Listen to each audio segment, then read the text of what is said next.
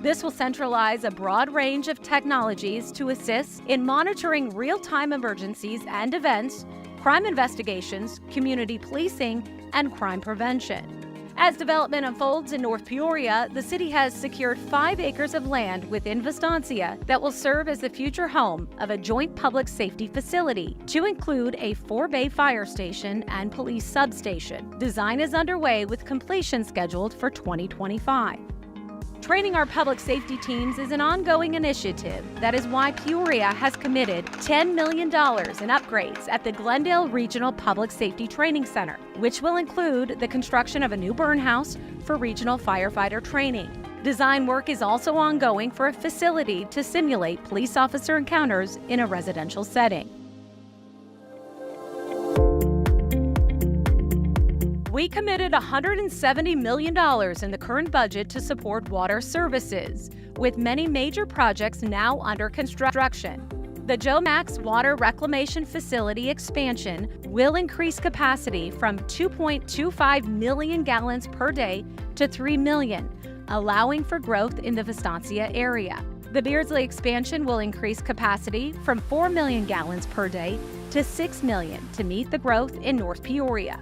This also includes a new reclaimed water pump station. Completion is set for 2025. We are expanding the city's reclaimed water distribution system to allow for movement of reclaimed wastewater to North Peoria to reduce the use of potable water for irrigation. 3 of the 4 segments are complete, with the 4th on target for completion this year. 5 new groundwater recovery wells and a booster pump station will be built at the Central Arizona Project Canal and Lake Pleasant Parkway Extension to store water in the event future drought reduces our Colorado River allocations. Completion is on schedule for spring of 2026.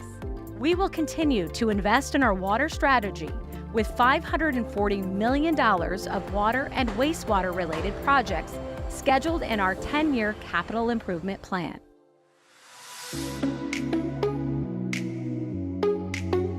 With over 80% of our residents leaving the city to make a living, demand is high to create more quality local jobs.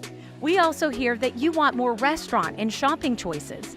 This year, we've made great progress on growing our economic development opportunities. Amcor Technology will build a $2 billion advanced semiconductor packaging and test facility in Peoria. This campus will bring 2,000 new jobs to the city and provide leading-edge technologies for advanced packaging and testing of semiconductors to support critical markets such as high-performance computing, automotive, and communications. Just imagine that the chips used in your cell phone and vehicle will be tested and packaged right here in Peoria. Amcor's campus will be located within 5 North at Vistancia, a 320-acre mixed-use lifestyle and employment core. This will help build the desired restaurant and retail in the area by providing daytime employment to keep a steady flow of customers both day and night. Construction is underway at the Trailhead, a $65 million mixed-use development at 83rd Avenue and Happy Valley Road. This 903,000 square foot project will feature a grocery store, signature retail, and restaurants, with the first phase opening set for the end of the year.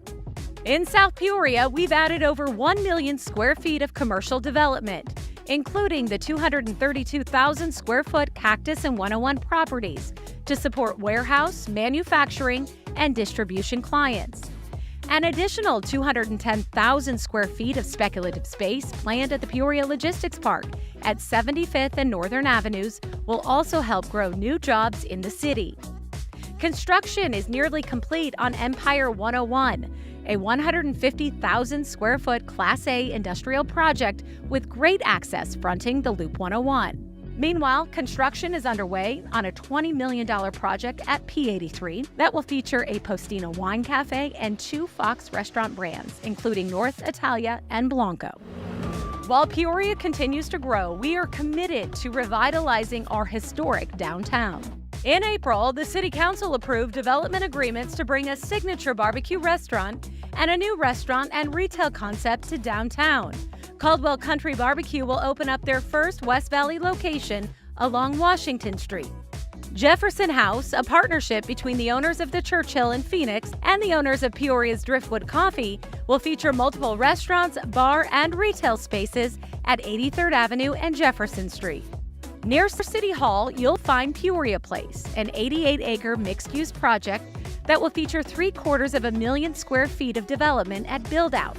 This project is bringing much-needed diverse multifamily housing options, new retail, as well as employment to the city through the 412,000 square foot Caliber Industrial Park.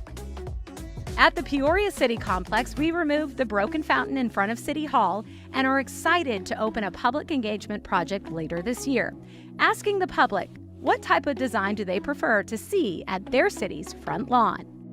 And with an eye on the future, we have engaged in serious discussions with the Arizona State Land Department to open up 8,300 acres of state trust land within Peoria for future development.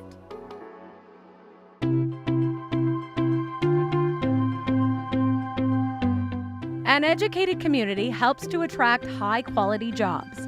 We are excited that American Leadership Academy is planning to build a K-12 campus in Vistancia, serving approximately 2,400 students. The campus is set to open in the school year of 2025. As new schools are planned for the city, we are also doing our part to keep students safe. This year, we entered into an intergovernmental agreement with Peoria Unified School District that not only continues to staff school resource officers assigned to each of the 4 district high schools, but we allocated new resources to add 4 full-time school liaison officers to rotate time among all 24 elementary schools. This program not only provides a level of security by having a police presence at the schools, but also forms positive relationships between students and police officers. In Peoria, we know how to have a good time. From our Music in March park concerts to the All-American July 4th Festival, Halloween Bash, and Winter Holiday Festival in historic downtown Peoria, we offer plenty of fun community events throughout the year. We're also a top destination for baseball fans and are thrilled that the Peoria Sports Complex was named a USA Today Top 10 Spring Training Facility for 2024. And this year, baseball was even more exciting with a 3-day visit from the amazing Savannah Bananas. Peoria is also a community with a big heart. We host an annual Neighborhood Pride cleanup event each fall, and last year, thanks to generous volunteers, we helped paint 19 houses and shoveled 200 tons of gravel to help our residents in need to bring a refresh to their homes. The city also opened the Community Center to support the Day of Giving event, hosted by private business partners in December. Hundreds of children were able to pick out donated gifts, decorate cookies, and visit with Santa.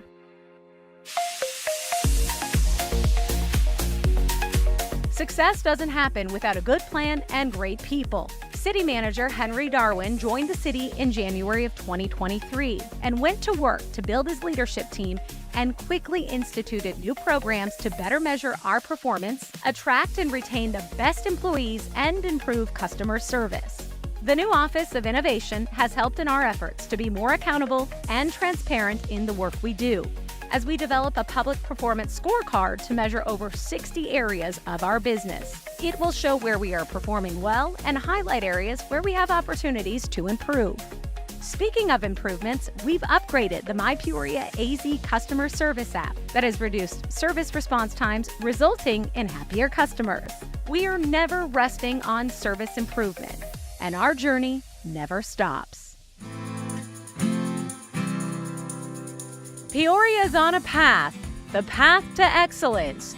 We've made great strides this year in building and connecting our community, and we will continue to climb the mountain to reach our full potential in delivering a world-class community for all.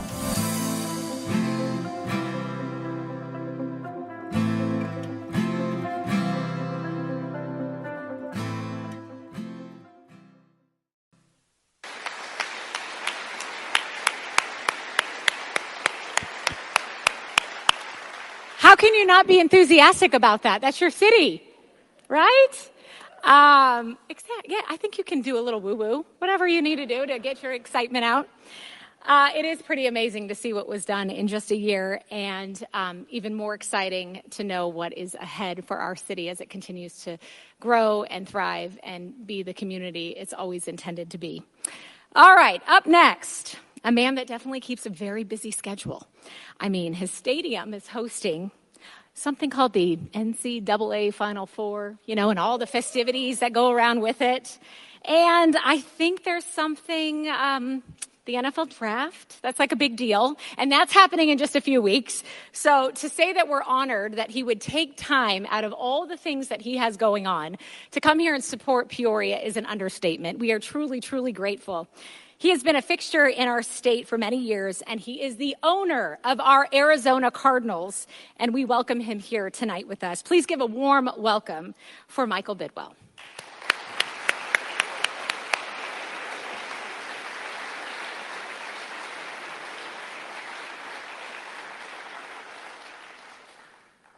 Thank you, Andrea. What an exciting time for Peoria right now. I'm just watching that video. I'm pumped up. I'm ready to move to Peoria. There's so many great things happening here, and it's an exciting time for you. So let me tell you a little story. A year ago, well, let me back up a little bit. Among the many hats I wear, I'm the vice chairman of the Arizona Commerce Authority, which is the state's agency that helps recruit companies here. Sharon Harper is one of our co-board members over here. I think many of you know Sharon. And so there are several of us from the business community that are on the board and really lean in to help out. We're going to be doing a lot of things around the Final Four to recruit more companies coming here. And so, among other things, some of the companies have helicopters. SRP is one.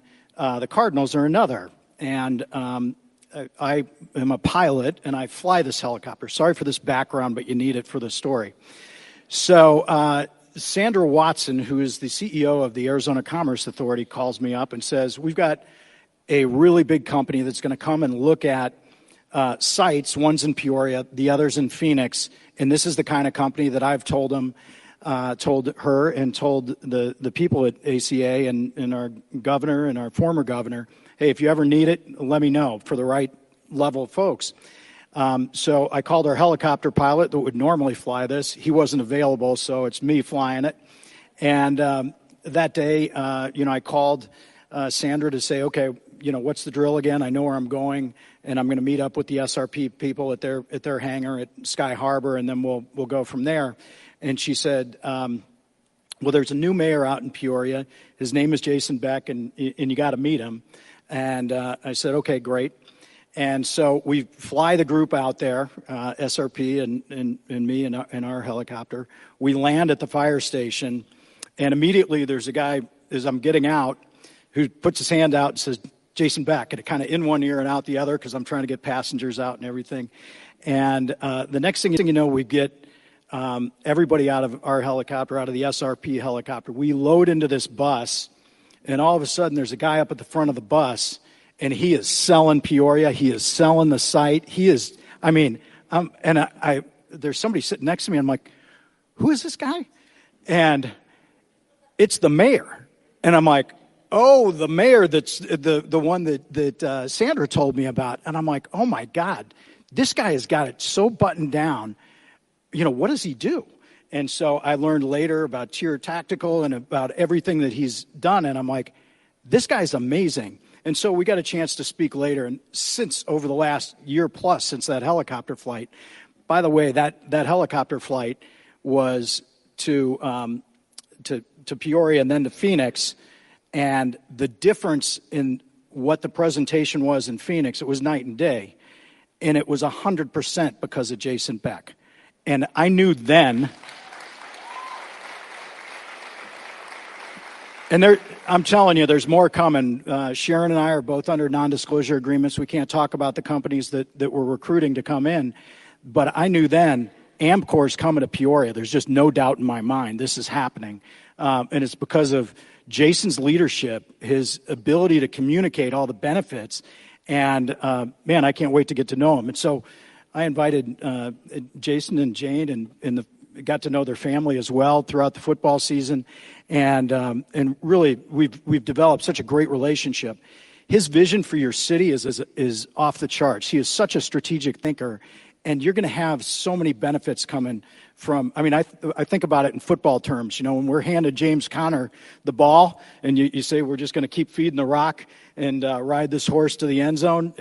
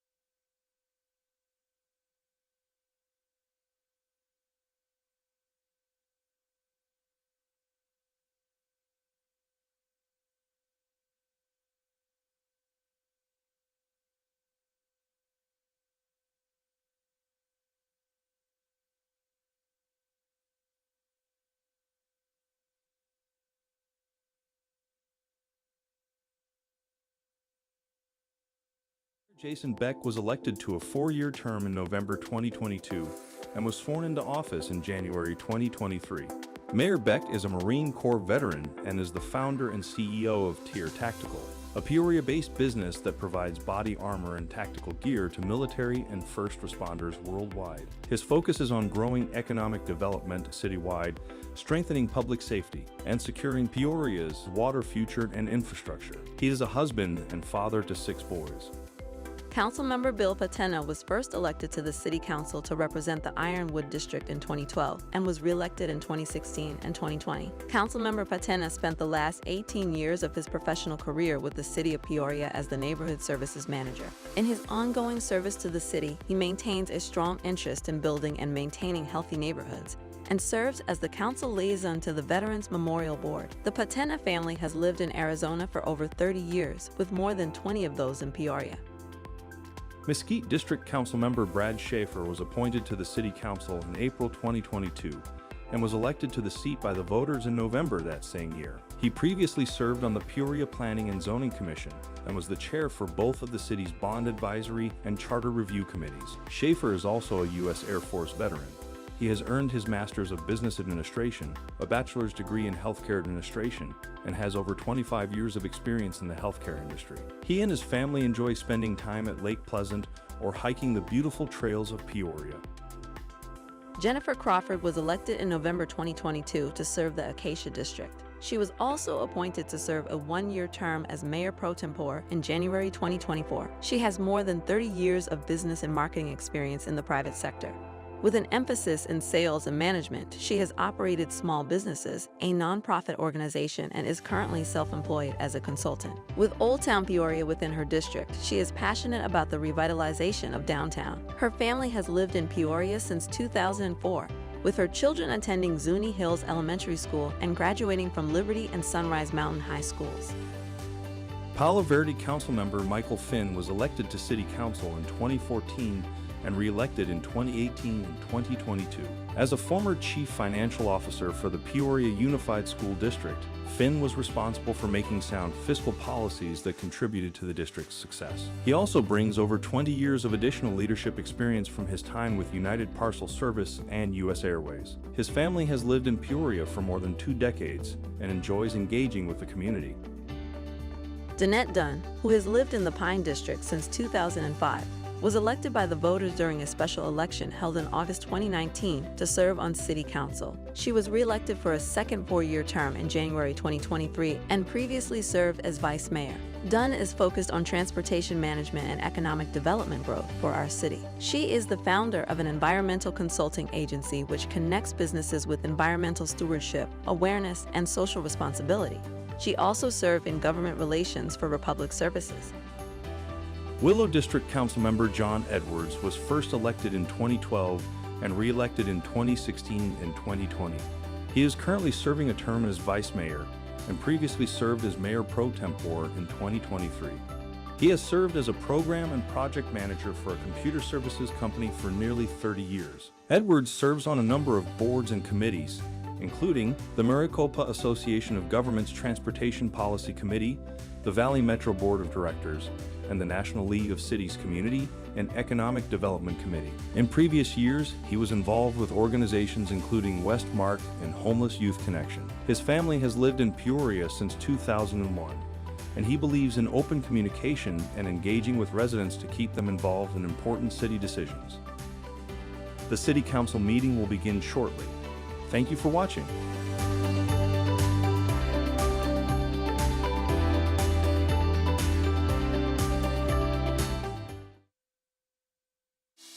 Meet your Peoria Mayor and City Council.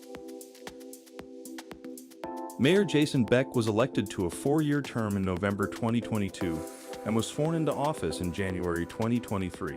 Mayor Beck is a Marine Corps veteran and is the founder and CEO of Tier Tactical, a Peoria-based business that provides body armor and tactical gear to military and first responders worldwide. His focus is on growing economic development citywide, strengthening public safety, and securing Peoria's water future and infrastructure. He is a husband and father to 6 boys.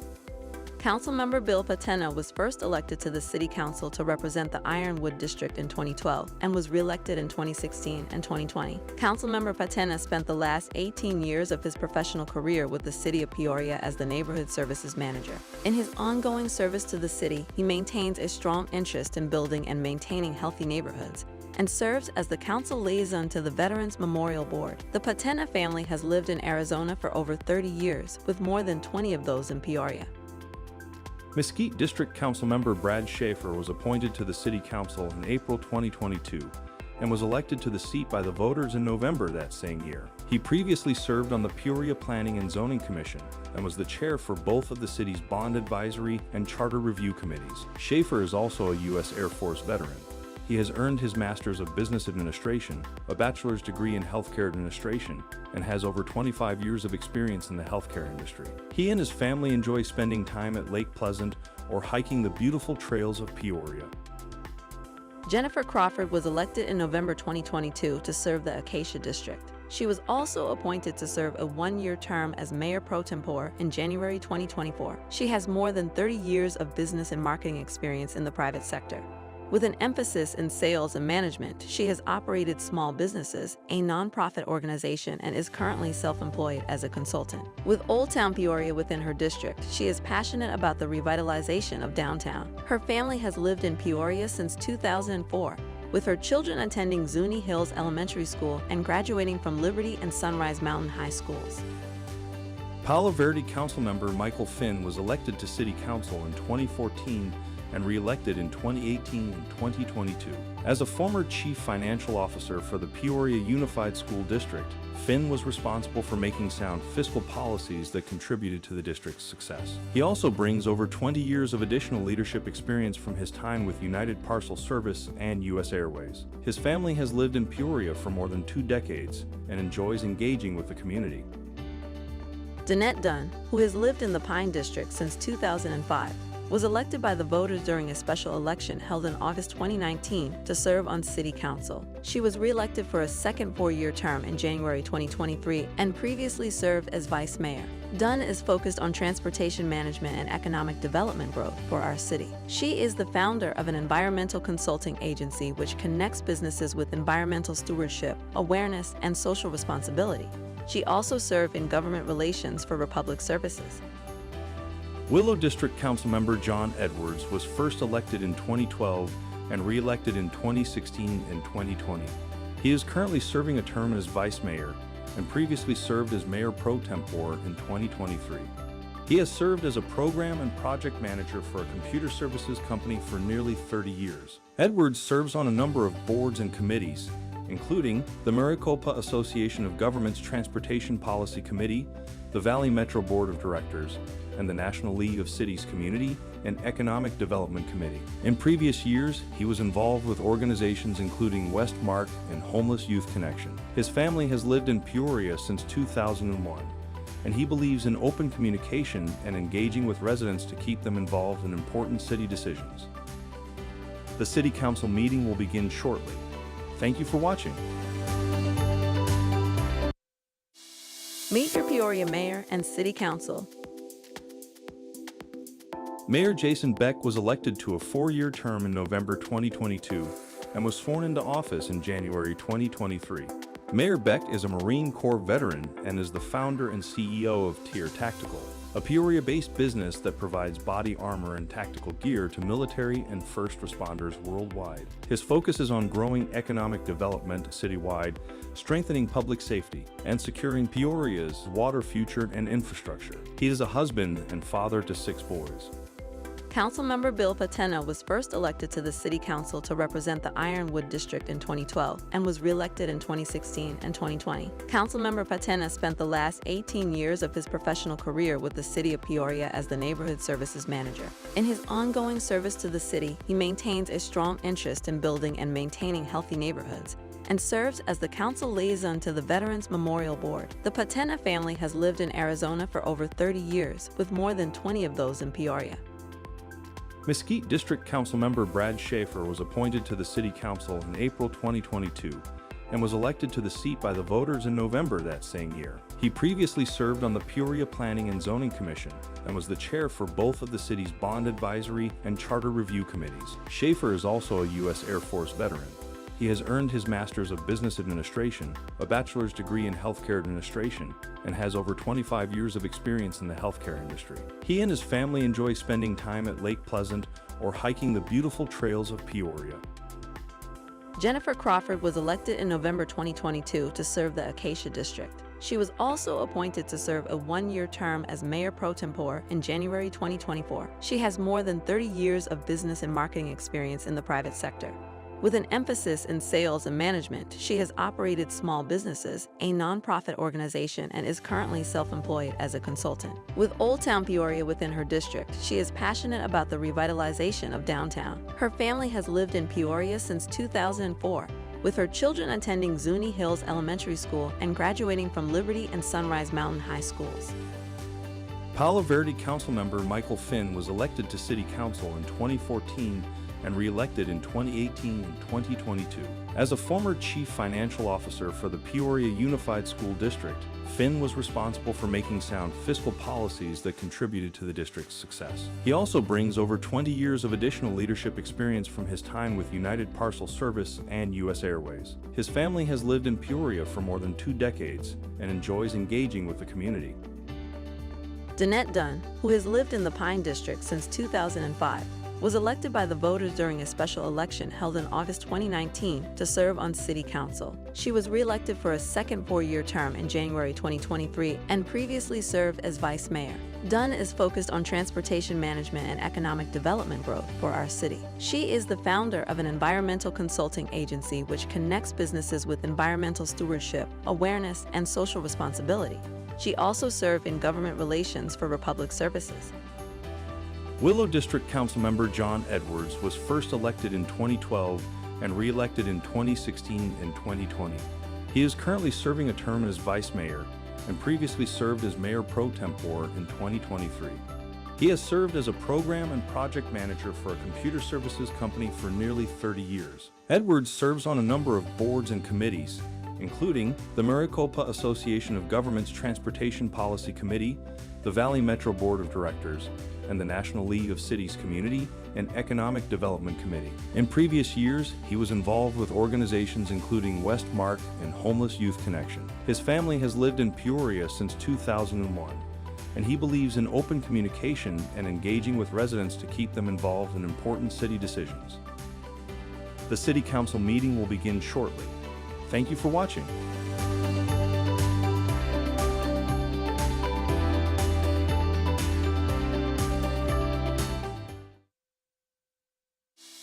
Meet your Peoria Mayor and City Council.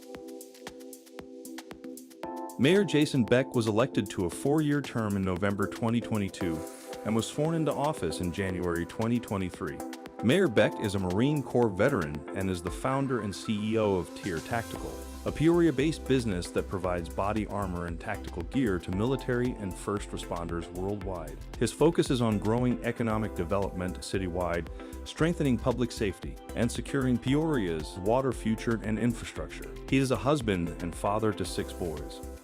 Councilmember Bill Patena was first elected to the City Council to represent the Ironwood District in 2012 and was re-elected in 2016 and 2020. Councilmember Patena spent the last 18 years of his professional career with the City of Peoria as the Neighborhood Services Manager. In his ongoing service to the city, he maintains a strong interest in building and maintaining healthy neighborhoods and serves as the council liaison to the Veterans Memorial Board. The Patena family has lived in Arizona for over 30 years, with more than 20 of those in Peoria.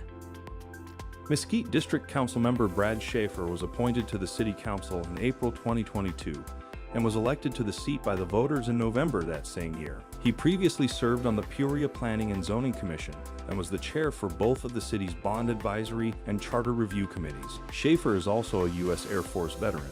He has earned his Master's of Business Administration, a bachelor's degree in healthcare administration, and has over 25 years of experience in the healthcare industry. He and his family enjoy spending time at Lake Pleasant or hiking the beautiful trails of Peoria. Jennifer Crawford was elected in November 2022 to serve the Acacia District. She was All right. We're here for we're on the study session. So City Council meeting for Tuesday, April 16th for today's 5 o'clock study session.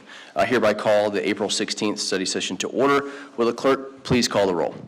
Mayor Beck. Here. Vice Mayor Edwards. Here. Mayor Pro Tem Crawford. Here. Councilmember Patena.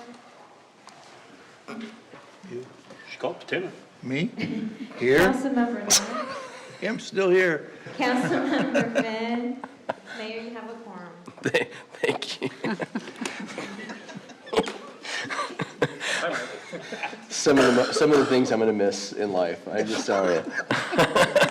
Only item on the agenda for today is to update from staff on the 2024 Development Impact Fee Study. I will now turn this over to staff for an update. Mayor and Council,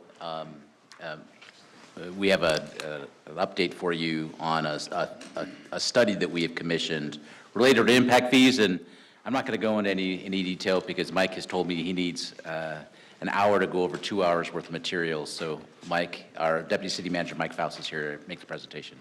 Thanks, Thank Mike. you, Manager Darwin, Mayor, Council. Thanks for the opportunity. I'm joined with by Colin McElwaney from Tischler Bice, who's prepared this study for us. If we're going to go through about 70 slides today.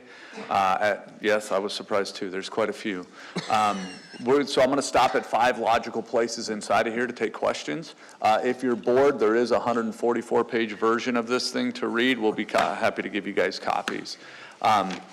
So we're going to start with a high-level overview because we know not everyone is familiar with impact fees, so we'll just talk about what they are, how they're used. We'll talk about land use assumptions. So what have we understood the growth of the city to look like over the next 10 years that's gone into the calculations.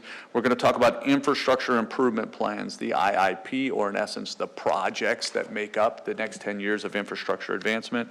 We'll talk a little bit about our stakeholder feedback and engagements and the next steps in this overall process.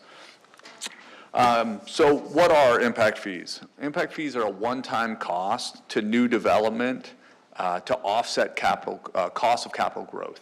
So the key term there is offset. They're not intended to be a full reimbursement, but they should be offsetting these capital costs associated with growth. They are not a revenue-raising mechanism. They are not intended to cover O&M or replacement costs, but are really for the growth of this city. And we'll talk about 2 phases, incremental expansion or plan-based, and we'll get into that.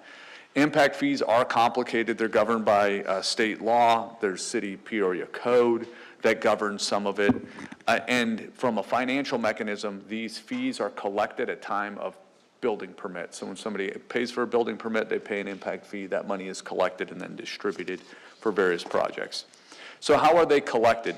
The city uses consultants like Holland to calculate impact fees based on proven and defensible methods. And we'll get into some of that today.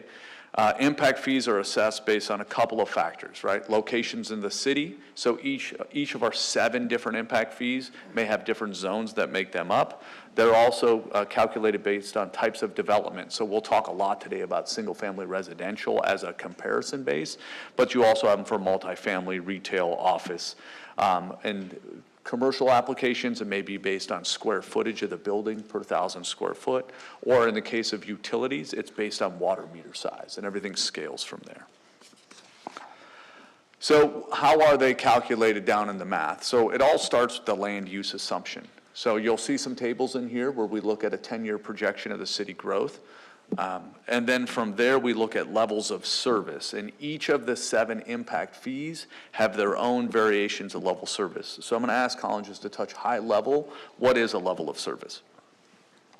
Hi, everyone. Colin McElweeney, Tischler Buys. Yeah, so I've been given maybe 10 seconds to explain level of service. And importantly, when you think of level of service, a lot of things come to mind. But for impact fees, that's really your facility level of service.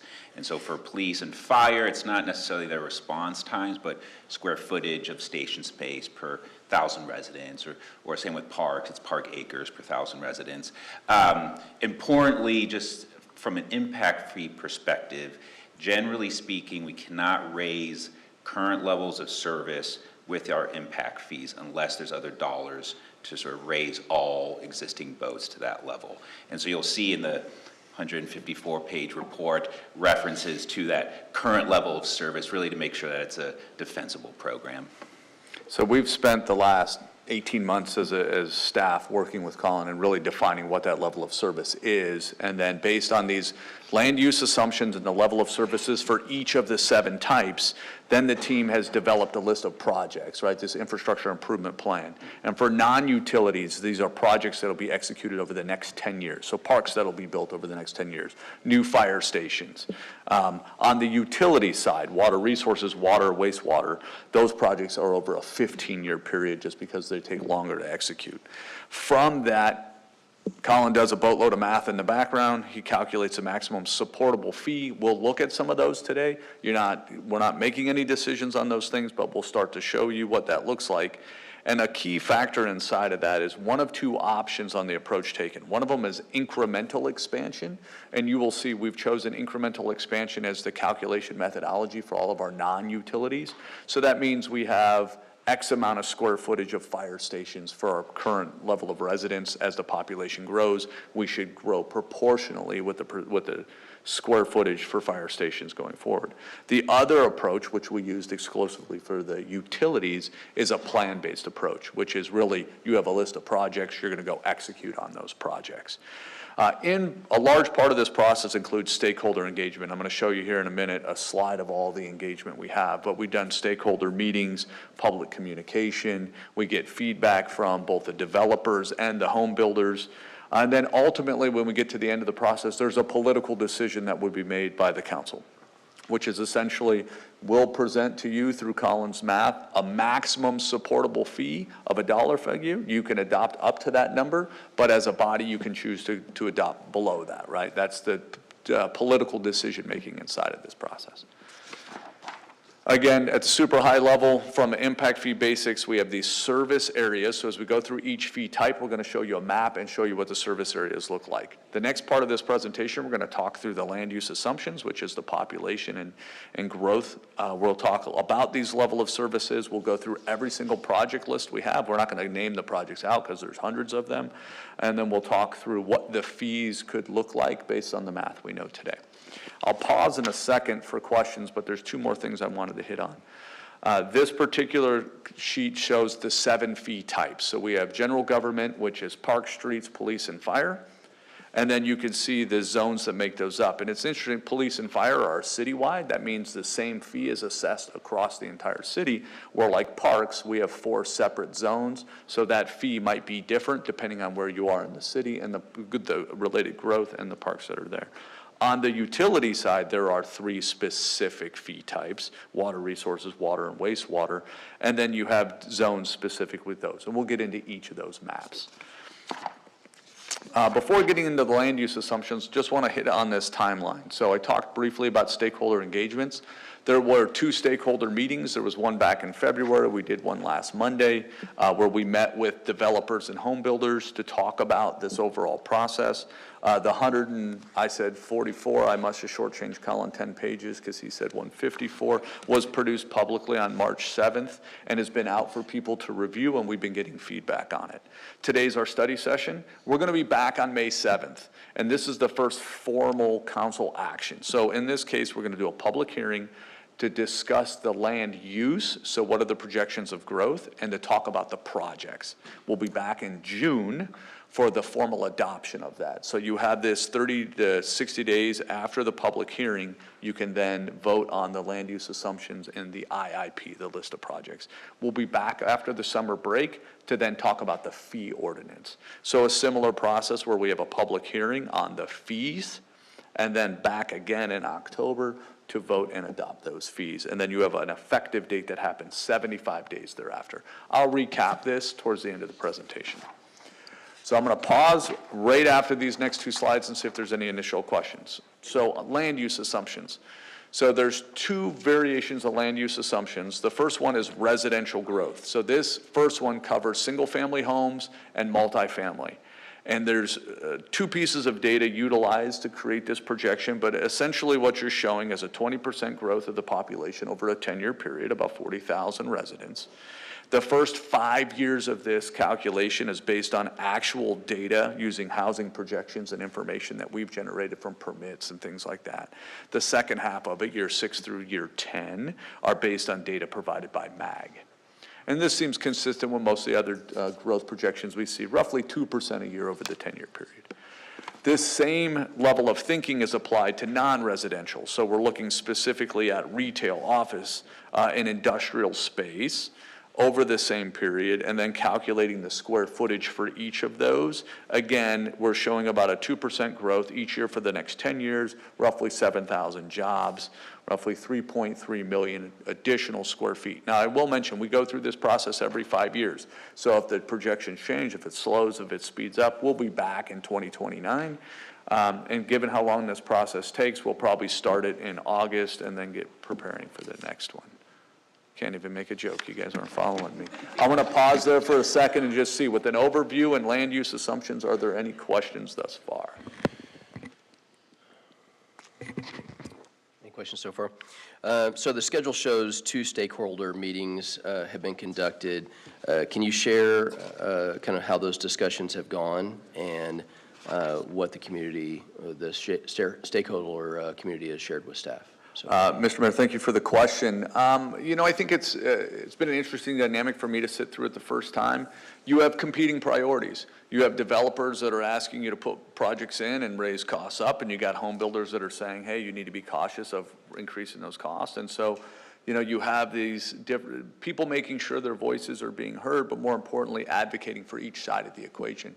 I think our strategy with that has been, we hear them all. We've been engaging with them very closely and wanting to hear not only their thoughts, but what is the data behind your statement. So we get it built into the analysis, because if it's built into the analysis, then we're in the best position possible to present to you what the data says, to apply the political process to it, which is, hey, the math might support a number of X, but we don't think that that is appropriate. It's not consistent with other neighboring jurisdictions. We want to bring that down some.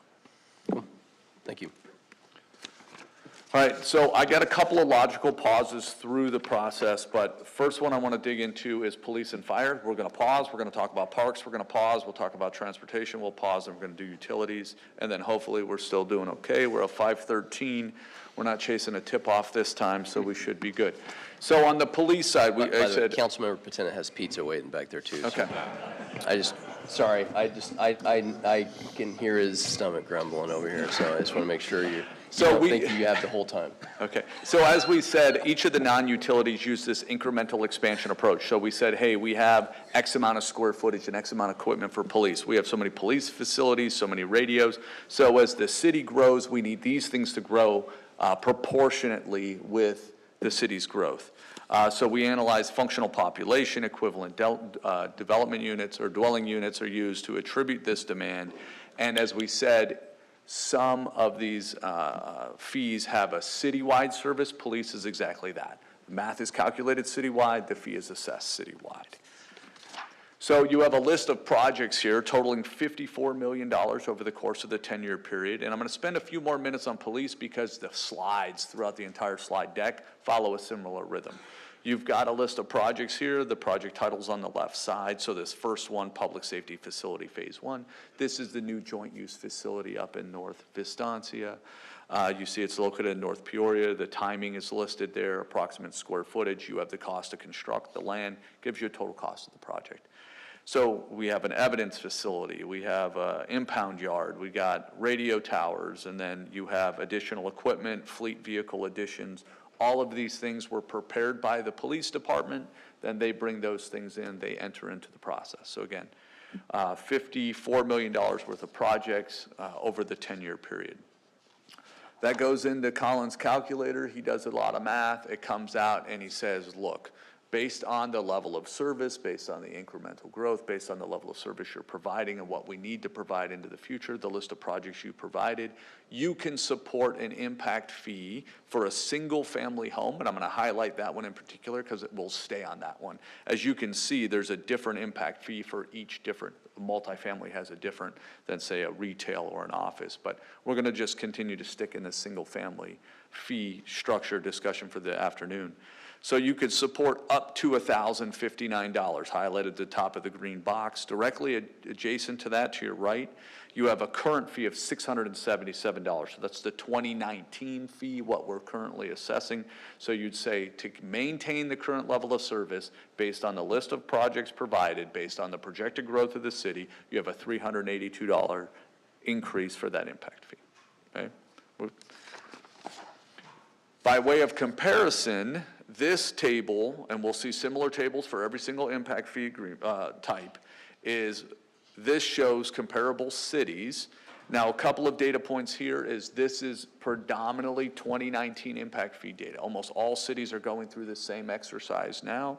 You'll see some cities where we've highlighted proposed or current, and that's because we have some insights on what that looks like. But when we come back in August for the formal discussion on this, you will get the latest and greatest, most recent information. What this tells us is the average across the Metro Phoenix area was 584. The last one was 677, Peoria in gray. The green, Peoria's maximum supportable is $1,059. Okay. Before I take questions, I'll just touch on fire in a similar realm. Incremental expansion approach, again, we analyze fire facility space, the land, the apparatus, and the vehicles that go into them. Again, this is a citywide service area. Here's the list of projects. You have a $49 million project list that includes 3 fire stations and the apparatus to support those fire stations. So this includes the Joint Station 8. You have a new station thought here is at the lake at Station 9. You have a new Station 10, which is thought to be somewhere around Paloma Park off of LPP. But essentially a list of projects over the next 10 years totaling $49 million. Calculation flows through. You could see for a single-family residential unit, the impact fee would be $1,418, the maximum supportable. Currently, that fee is $1,047. You have a pretty equivalent increase on the fire side. So as we look again comparatively against other jurisdictions where the average was 623, our former was 1,047, you could support up to 1,418. So I'll pause there again. Relative to the public safety, police or fire, are there any questions I can answer? Commissioner Schaefer. Thank you, Mayor. Mike, I just want to make sure I'm following and tracking correctly. So you're saying the police fee would be $1,059 for a single-family home, and then fire would be $1,418. So a new fee would be $2,477 for just police and fire, and we're going to cover others. Is that correct? Mr. Mayor, council membership, that is correct. And as we go through, we'll just keep stacking these on. So when we get to the end of the presentation, we will show you the maximum supportable fee by zone for non-utility and utility combined, so you could see the full thing and then broken out by each.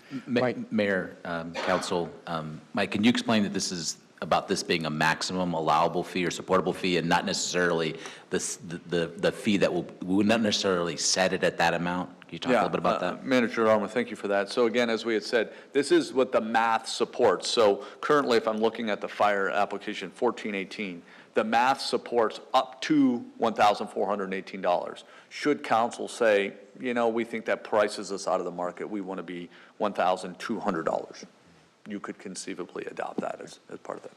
Mike, just a few more follow-up questions. Okay, so thank you for clarifying the max fee. This will be is this new homes or existing homes are exempt from this? This will be all new builds, is that correct, Mike? Mayor, Councilmember Schaefer, it is new builds, right? So, but there is a nuance to that, is there is a grandfathered grace period essentially for any developments that have already been platted. There's a 2-year grace period, so it would be new permits pulled after that period of time. Thank you, Mike. Councilmember Finn? Thank you, Mayor. Silly question, but I have to ask it. Why is there a carve-out for mobile homes? You got single-family, multifamily, and you've got mobile homes. Just curious. It'll keep me up tonight if I don't ask it. You got an answer for that one? Yeah, great question, council member. Thank you. It's just following your current fee schedule. Okay. Yeah. So it's our fault. That's okay. It's not your fault, no.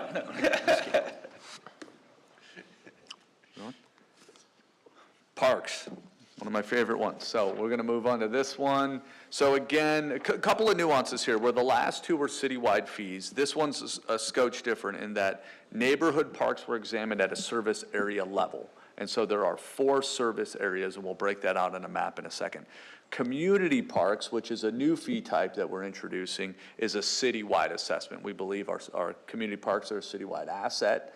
And so this fee would be applied. So in this case, you can see we're adding a zone 4. I'll touch on that in a minute. And we're also contemplating adding a community park zone to generate fees to pay for additional expansion of those parks. The components of the park is the parkland itself and the development and the improvements associated with that. I want to explicitly call out one detail, though, that trails and trailheads are not reimbursable per impact fees. We took an incremental expansion approach again with this one, with the exception of Zone 4. That was a plan-based approach because there is only one project inside of the zone, and so it made sense to do so. And the current level of service is based on the inventory and the demand. So analyzing all of the parks, all of the acreage, down to how many slides and playground systems and bathrooms. And I know we have 37 parks with 30 restrooms, right? I mean, there's a lot of detail inside of that.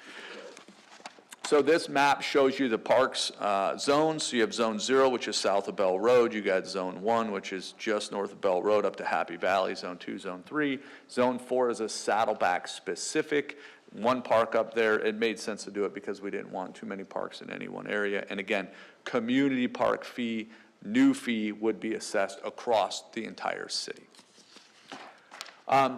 One land use assumption I think it's important to make for this and each of these individuals that break out in zones is the growth from a residential, non-residential standpoint has to be analyzed for each of the respective zones.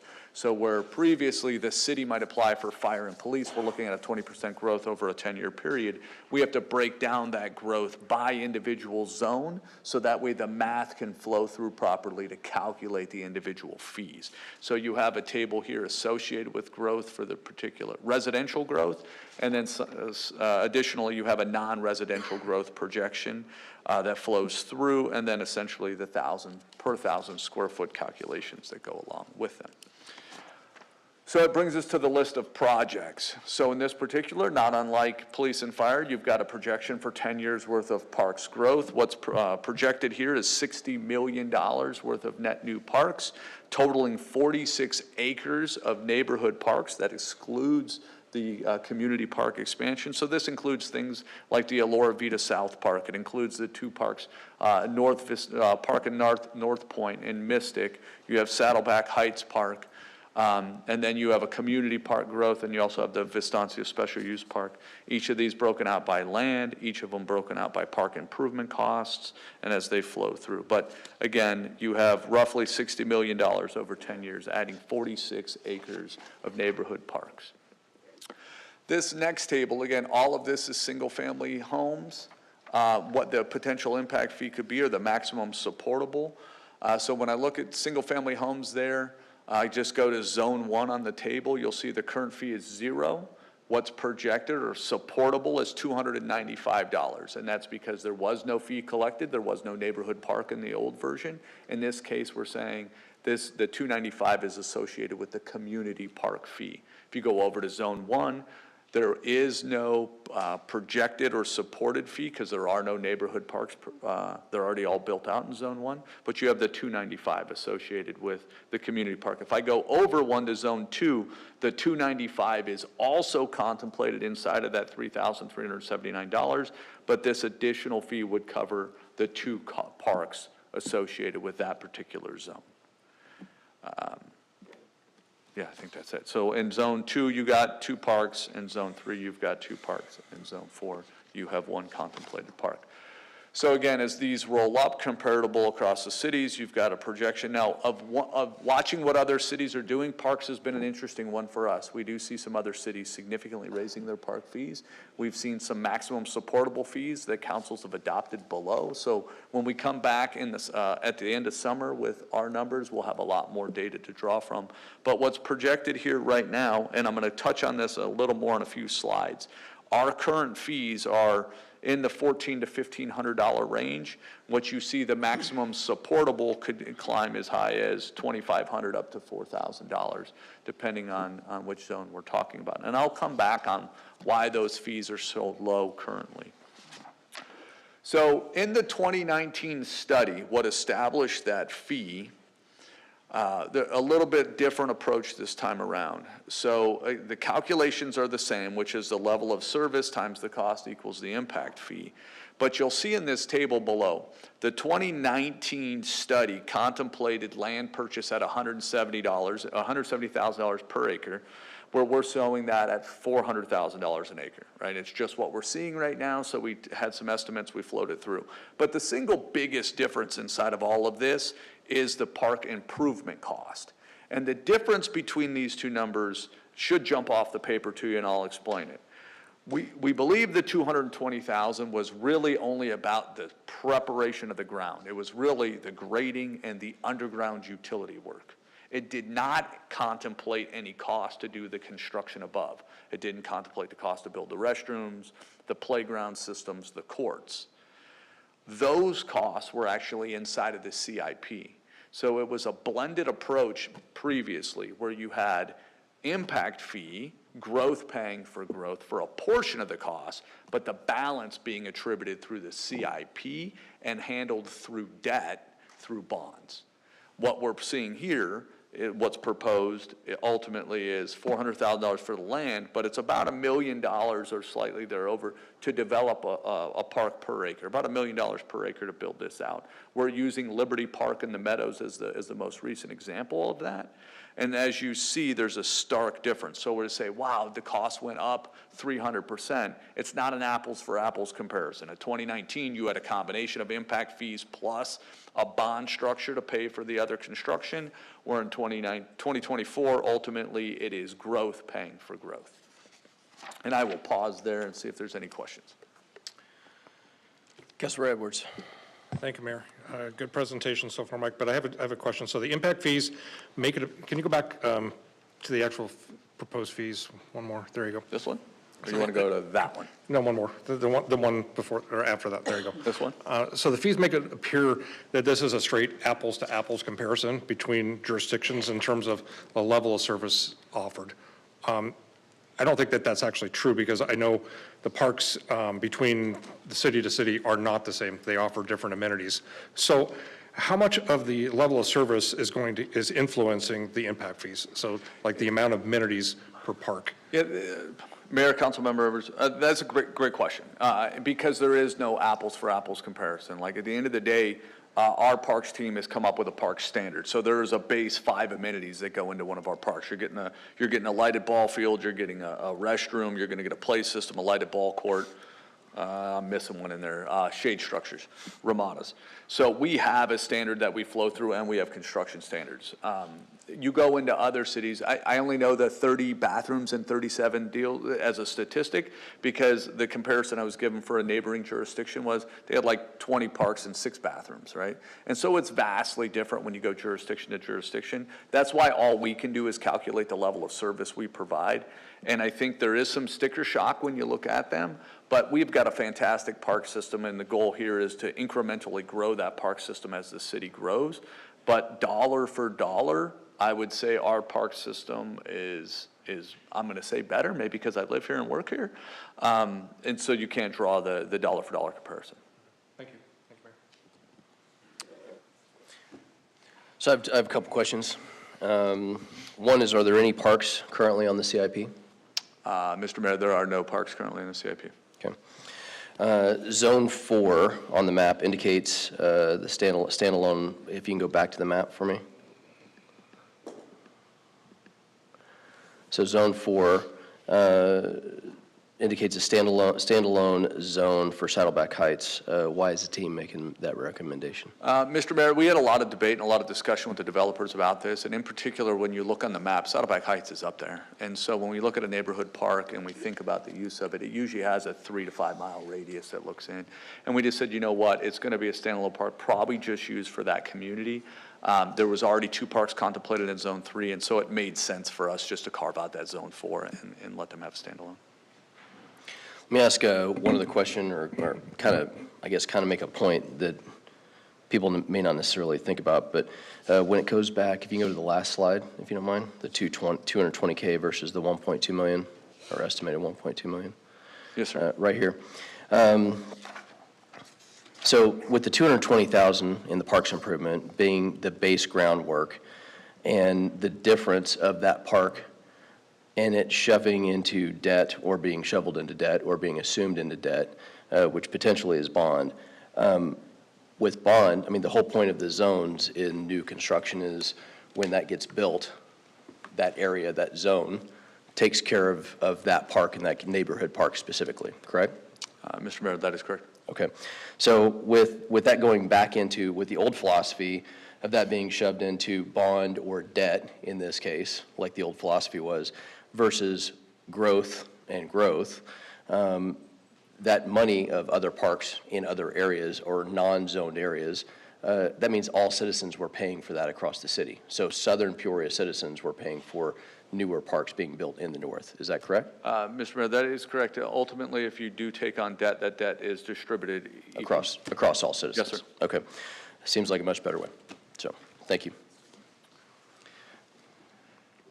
All right, now we're going to move on to transportation. We're doing pretty good on time, so good job listening. Transportation is probably one of the more complicated ones, and I'm going to call on Colin for some help here and a couple of points. We've had a lot of attention, a lot of discussion, and I'm going to tell you, we still have a lot of engagement to do with the development community, and it'll flush itself out here as we go through the slides. Again, incremental expansion approach based on the current capacity factors and current construction costs, and we're going to spend a little bit of time on that. And you're going to hear things like vehicle miles capacity, vehicle miles traveled.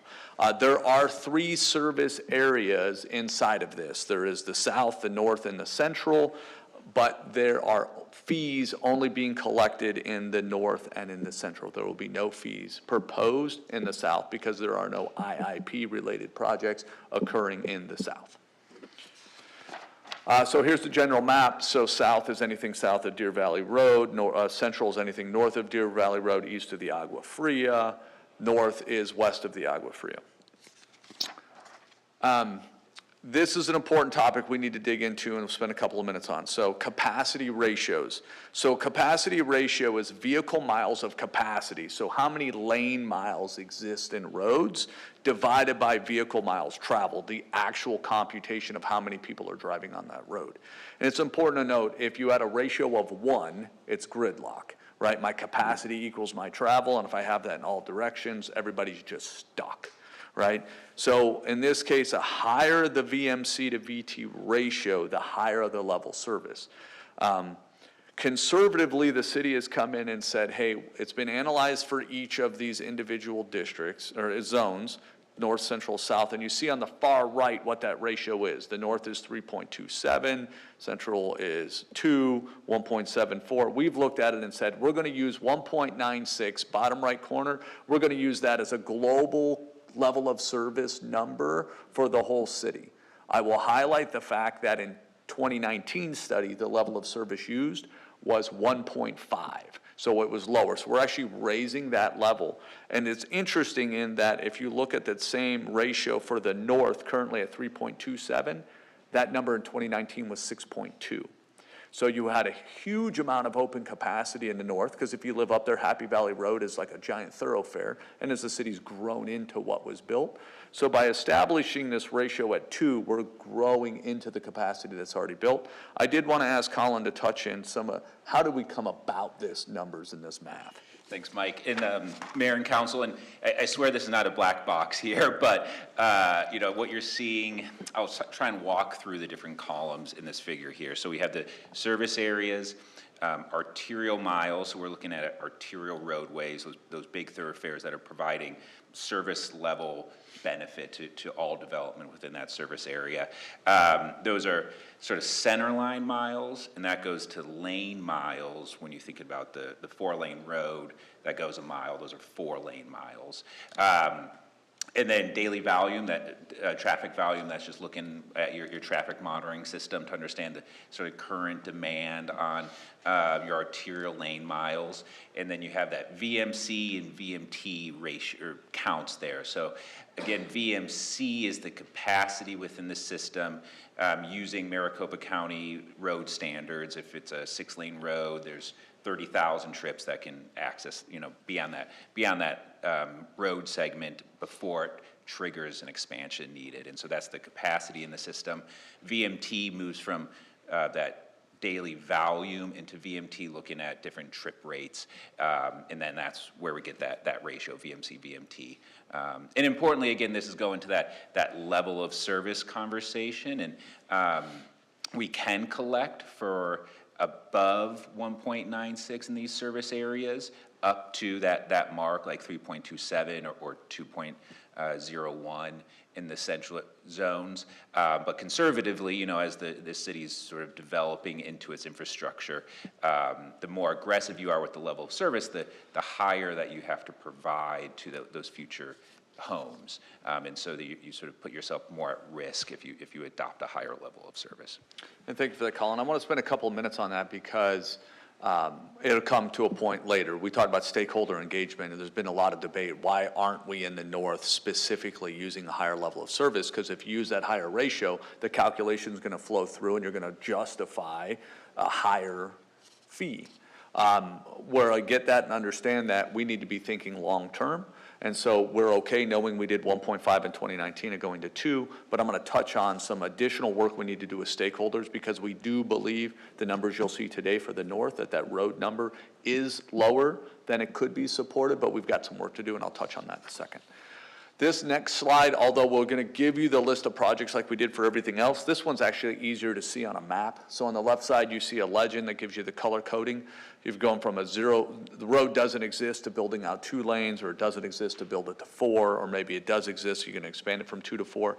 So you could see throughout the central and the northern parts of this, the central and northern zones, where the roads are located, and specifically what that construction would be. So I can see a 0 to 4 for Lake Pleasant Parkway. I see a 2 to 4 expansion for Joe Max Road, depending where. So all of these will then correlate. The little bubble with the number correlates within the plan where the very specific projects are.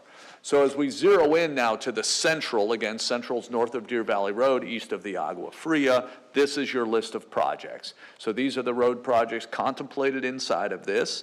The total's $86 million over the 10-year period, and would add 330,000 vehicle miles of capacity to the overall system in that area. Based on the math as it flows through, you have a maximum supportable fee for a single-family residential home at $8,200, where the current fee is supported at $6,300 for an increase of roughly $2,000, $1,907. That's consistent with a big increase we've seen. Building roads is becoming very, very, very costly. And so we see that math flowing through here as we would expect. Switching gears, though, you see the northern zone, a much larger body, a part of the city that's still rapidly growing. A lot of our master plan communities up here are adding a lot of roadways. What's contemplated here over a 10-year period is $193 million of road, adding 890,000 miles of capacity. I'm going to just pull back 2 slides real quick. Sorry, more than that. And you can see in this one, the actual arterial lane miles in the north is currently only 63, right? Versus the 215 in the south. So you can see that there's a lot of growth still required in the northern part of the city. But here's where I told you we have work to do. So when you look at how the maximum fee flows through the math, you see that the supportable fee of $7,300 is less than the $7,559 in 2019 for an actual reduction. And as we've looked at it, we said, something's not clicking here. There's clearly something that's amiss. Now, we know it's not the ratio. And again, the development community has come to us and said, hey, city, make that ratio 3. Because if I make it 3, instantly this number is going to go up. We don't think that's the right long-term play. We think that 2 is the appropriate one. But we do agree that we must be missing something. And in this case, it's the cost. So we've tasked the staff to go back and work directly with the development community and understand for the roads that are building, let's dig in. Because as our team is estimating the cost of roads, they might just be a dotted line on a map. That's very difficult to estimate off of, especially up in the north when you have a lot of undulations, a lot of topography to deal with. You got to deal with culvert crossings. You got a lot of complexity to contend with. Those roads get tough. So we picked a couple of very specific roads and we said, go spend time understanding that cost. So when we come back to you with a maximum supportable, we can stand behind it. And more importantly, we've done our due diligence on behalf of the development community to make sure that we're showing actual costs, hard numbers that get us to something that is supportable. Another important thing to note inside of this is that the city has been on the high side of this fee already. So you could see even in the gray bars, the city of Peoria already was up, almost 2x a lot of the other municipalities. And I think part of that is if you're building roads out in Glendale, as I jokingly said the other day, you kill the cotton, you lay a road across flat ground. That's not like building roads in North Peoria, right? There's a lot of topography to contend with, a lot of blasting and a lot more cost. So that's just a long way of saying that there's more work to do specifically on the north, but for you folks to, as we get ready and come back in August for this particular part of the process, you see our impact fee for roads is already on the high side. I think it's just something for us to present the data and have a meaningful conversation. Just a couple of items of note here I did want to highlight, and I've already stressed it. Given the road construction costs, we've committed to the development community to stay engaged in this conversation. We've got time to figure that out, and we've committed to that. A couple of nuances you should consider, and we need to continue to reiterate to people, that all costs associated with building a road are not reimbursable through impact fees. And a classic example of that would be if you have power in the road to light the lights. So I've got electricity, conduit, and wire in the ground to power the lights associated with the road. Those are reimbursable. But if I have conduit and power in the road to then feed the communities that are being built, those are not reimbursable. Utility lines, the water, wastewater in there, are not reimbursable in the transportation line. And a lot of times we catch flack for that. Why don't you reimburse those? Because you can't. It is also important to note that Peoria City Code, where state law permits it, city code does not, we only reimburse for arterial roads, not collector roads. So a lot of times people say other jurisdictions do collector roads. It might be permissible per state law, but our code has been that way for some time. As I said, we're still working with the developers on the inclusion of their cost estimates. We've asked them, hey, let's grab these roads, send us the hard numbers, let's understand them. Here's how we got to ours, help us get to yours. Let's make sure that those costs are accurate. And then again, as I've told you, a deeper analysis in the north zone is required. There have been some specific requests made to increase that 1.96 ratio to all the way up to the 3.2. We've looked at it and we think taking a long-sided view of this 2 seems to be the right, but that only really works if you get the cost components correct. Before I go to that, I'll touch on this slide, and then we'll open it up for questions globally on non-utility, but then transportation. So Councilmember Schaefer had asked kind of the roll-up of the stack. So when you look at all the non-utilities, so police, fire, parks, roads, you can see them added into the zone. So for a single-family home in Saddleback, Zone 4, you would be paying $14,400 in impact fees, where today it's $10,695 for a Delta 3786. If you go down one to Zone 3, $12,322 versus $10,695, and you see that sharp reduction in the increase. We attribute that directly to that Northern Roads conversation we just spent a lot of time on.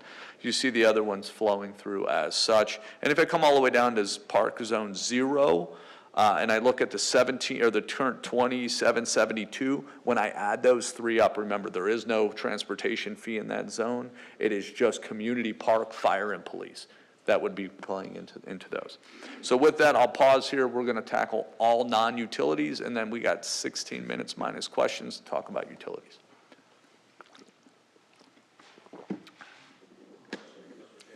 Thank you, Mayor. Mike, quick question. So for the single-family impact fees, let's take Zone 4, for example, Saddleback Heights. The $14,000, I assume that's passed on to the home buyer at the time of closing. Is that correct?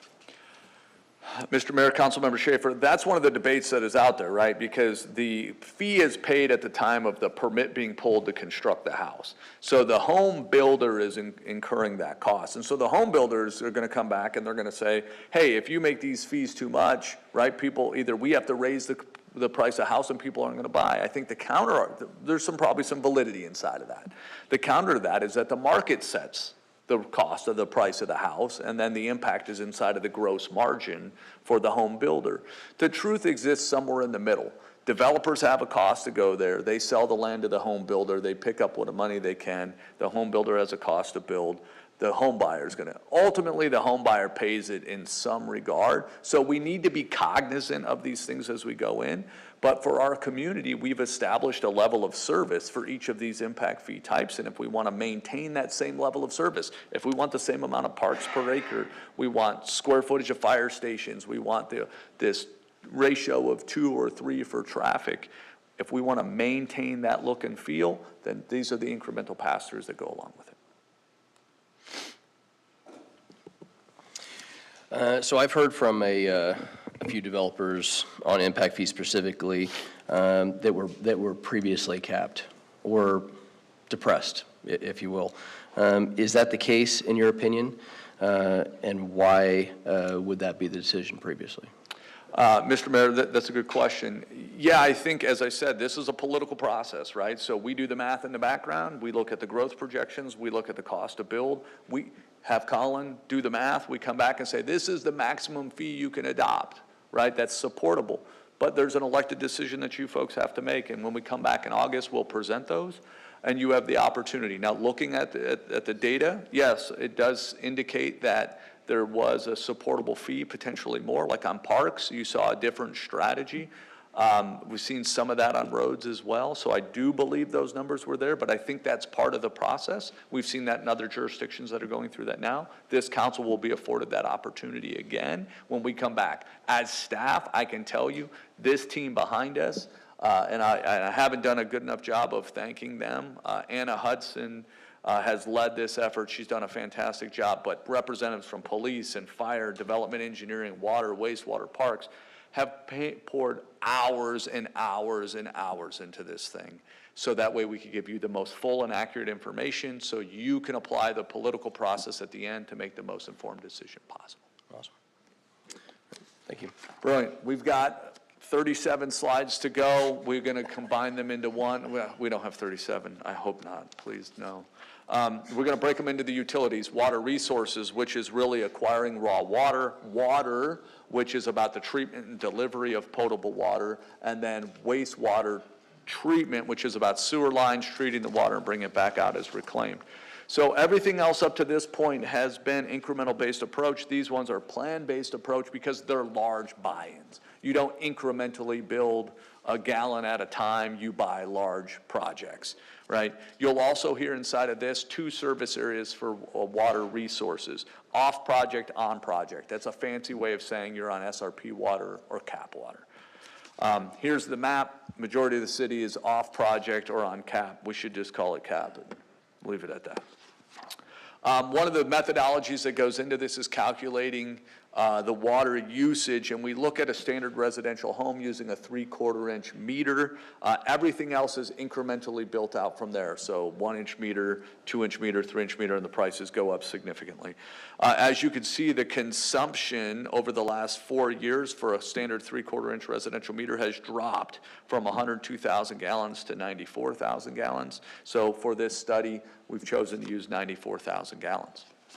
Here's the list of projects. You have a once-in-a-lifetime project available to you inside of this impact fee project list, and that is the Bartlett Dam expansion. So this is the new Verde space storage. This is to increase the height of the dam, collect more water, and allows us to bring it in. You also see on the same line a connection for the SRP to CAP interconnect, and that's because technically the water behind the dam is on project, but essentially we'll trade water credits and move water through the system accordingly. $60 million worth of buy to generate roughly 1.7 million gallons of, or I guess it's 1.7 billion gallons of water on an annual basis. I cannot calculate that in acre feet despite my math skills. Not all cities have the same water portfolio. Some are predominantly SRP, some have more groundwater. So not all cities have a water resource fee. We have had one. $730 was the last fee. You see a pretty significant jump this time around. It's almost all attributed to the Bartlett Dam project, and that's what you're seeing flow through there. On the water side, couple things. Plan-based approach, it's calculated based on gallons developed inside of the IIP list. Again, it flows through based on flow meter size. 3 service areas for the water. You have south of Bell Road, that's the south. You have north of Bell Road, east of the Agua Fria, that is the north. West of the Agua Fria is the west. So those are your service areas. This is our water projection growth. So essentially we're saying over the course of the next 10 years, based on that water consumption that's all been computed, you're projecting a 12 million gallon a day increase in water usage throughout the city. So you're going to be going from a base year of 33 million gallons a day to 46 million gallons a day of water usage. That's a lot of water. Here is the list of projects we've contemplated. The team has done a fantastic job creating 20 projects, almost exclusively related to growth in the city, $236 million. Now, I'll highlight a few things in that a lot of these projects you'll also see when you look in the CIP budget book, right? And that's because the city constructs a lot of these projects.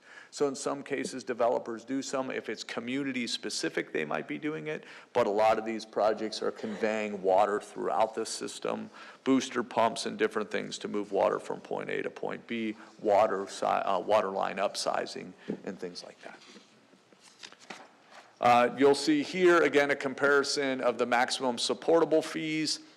Our current is, and I'll use West as an example, our current's at $4,700. Maximum supportable is up to $6,900.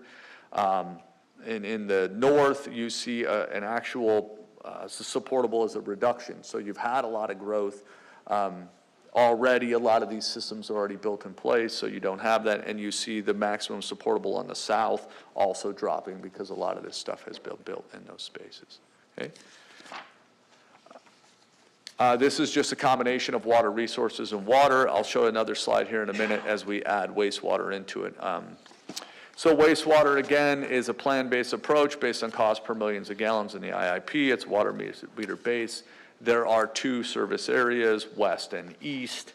You can see on the map, it pretty much breaks anything east of the Agua Fria, anything west of the Agua Fria. Slight difference in how the gallons are calculated here, because ultimately you're applying a 46% multiplier to the water use projection. So ultimately, if you bring water into your residential home, about 46% of this is going back through the sewer. And that's what we're saying. The rest of it is watering your plants, evaporation from the pool, so on and so forth. So we're saying over the 10-year period, we're expecting a 6 million gallons a day increase in the wastewater movement for the city. Now you see here a much smaller list of projects, $316 million, only a half dozen of projects. Wastewater treatment is a very expensive proposition. You have 2 plant expansions inside of this. You have the Beardsley plant growing from 6 million to 9 million gallons. You have expansion of the Jomax facility forecasted from 3 to 4.5 million. And then you have a very large project here, which is contemplated as an either or, which is either going to be advanced water purification on our long look horizon, or reclaimed water transmission main number 3, which allows us to move water, reclaimed water more efficiently through the city. So again, very large price tag associated with wastewater treatment.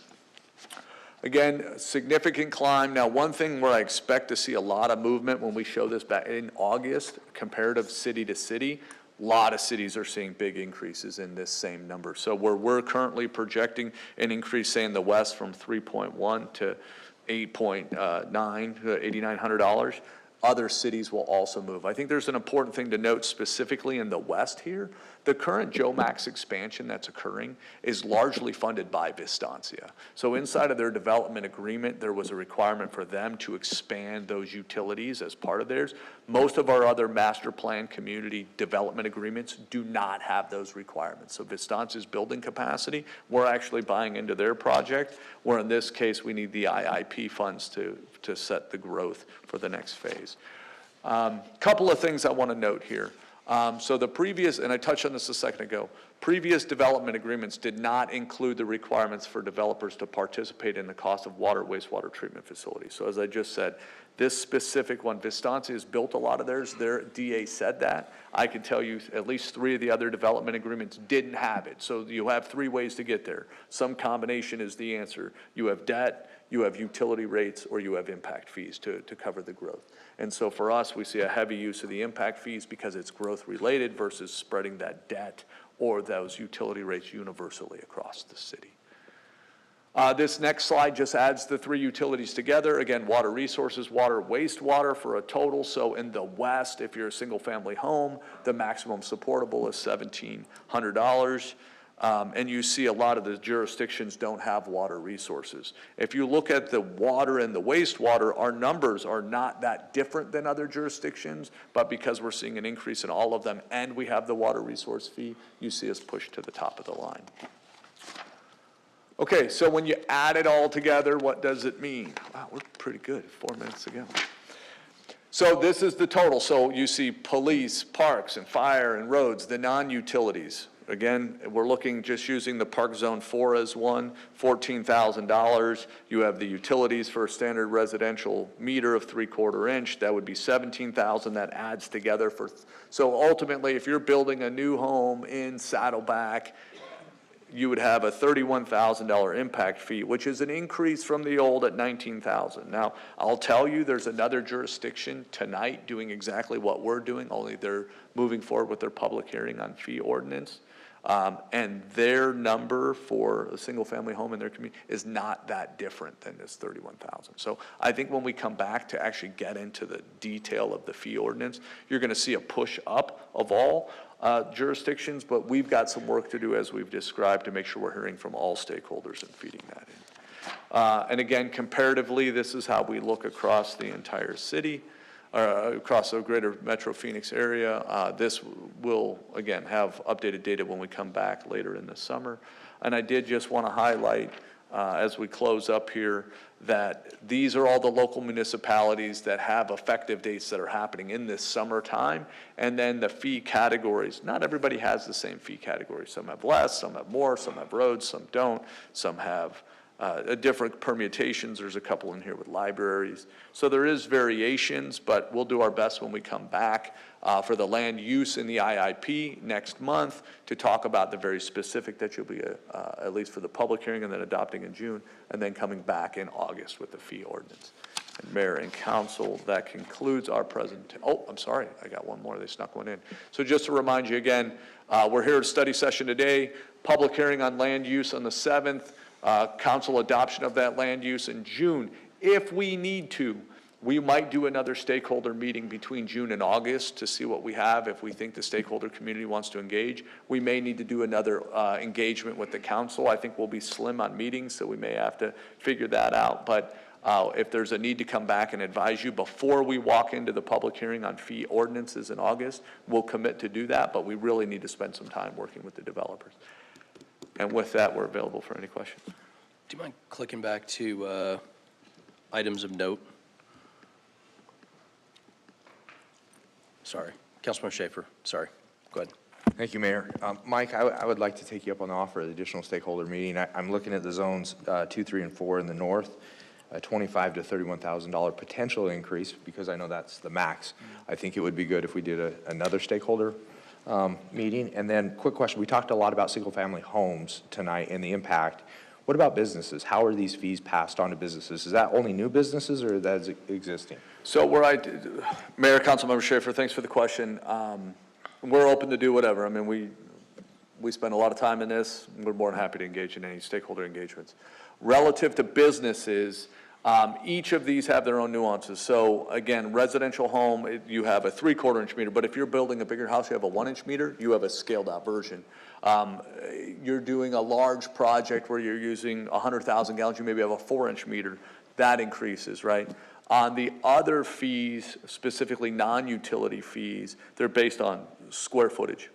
So it's just simply based on that, it's a multiplier out, square footage goes, it flows through that way. And inside of the report has the cost for every single one of those tables. There's lots of permutations. I'll just add one additional comment where I said there's a grandfathering associated with the plat for residential homes, 2 years deal, it is site plan for non-residential places. So for anybody's site plan that's already been approved, they've got a 2-year deal to pull their permit under the old fee structure.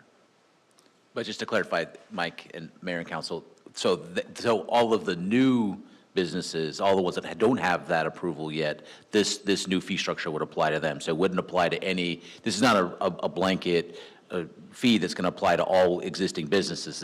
It's only going to apply to new businesses, and for those that have already received site plan approval, those will be grandfathered in pending this new fee. Manager Darwin, that is correct. So anything that's built has no net new cost unless you're pulling permits for net new construction. In this particular realm, if your site plan's already approved, then you're good for 2 years. If you don't pull your construction permit till after that, the new fees kick in. If you don't have a approved site plan today, then after the fees are adopted, starts that new clock for the new fee structure. Any other questions on that? No, cool. Do you mind going to items of note? So, right there. So when you say previous development agreements did not include the developer to participate in that process, why would the Vistancia developer only have to pay fees, but there's other developments that are out there? Mr. Mayor, it really was what got built into that development agreement. So if you look at some of the master plan communities we're engaged with, some of those agreements are 2 decades old. And so some of the contribution to this capacity just wasn't contemplated inside of that. And if it wasn't contemplated in it, we can't hold them to it. Can I pause for a second? Yes, sir. So is that would have been assuming that the taxpayer across the whole city would have paid for those roads to go into those master plan communities then? Mayor, this specifically, sure the roads may have been contemplated, but the contribution for specifically in this case for I'll use wastewater as an example. Right. So it was contemplated that essentially impact fees was a vehicle or debt, but it wasn't contemplated that that particular development had to contribute to the expansion of that plant. And so it's important for staff to know going forward, and this group is acutely aware when it's our opportunity to draft a DA on a major agreement, that we need to really think through what is the growth-related cost to the city and how do we get those folks to participate in it so that way that developer has that implication. Okay.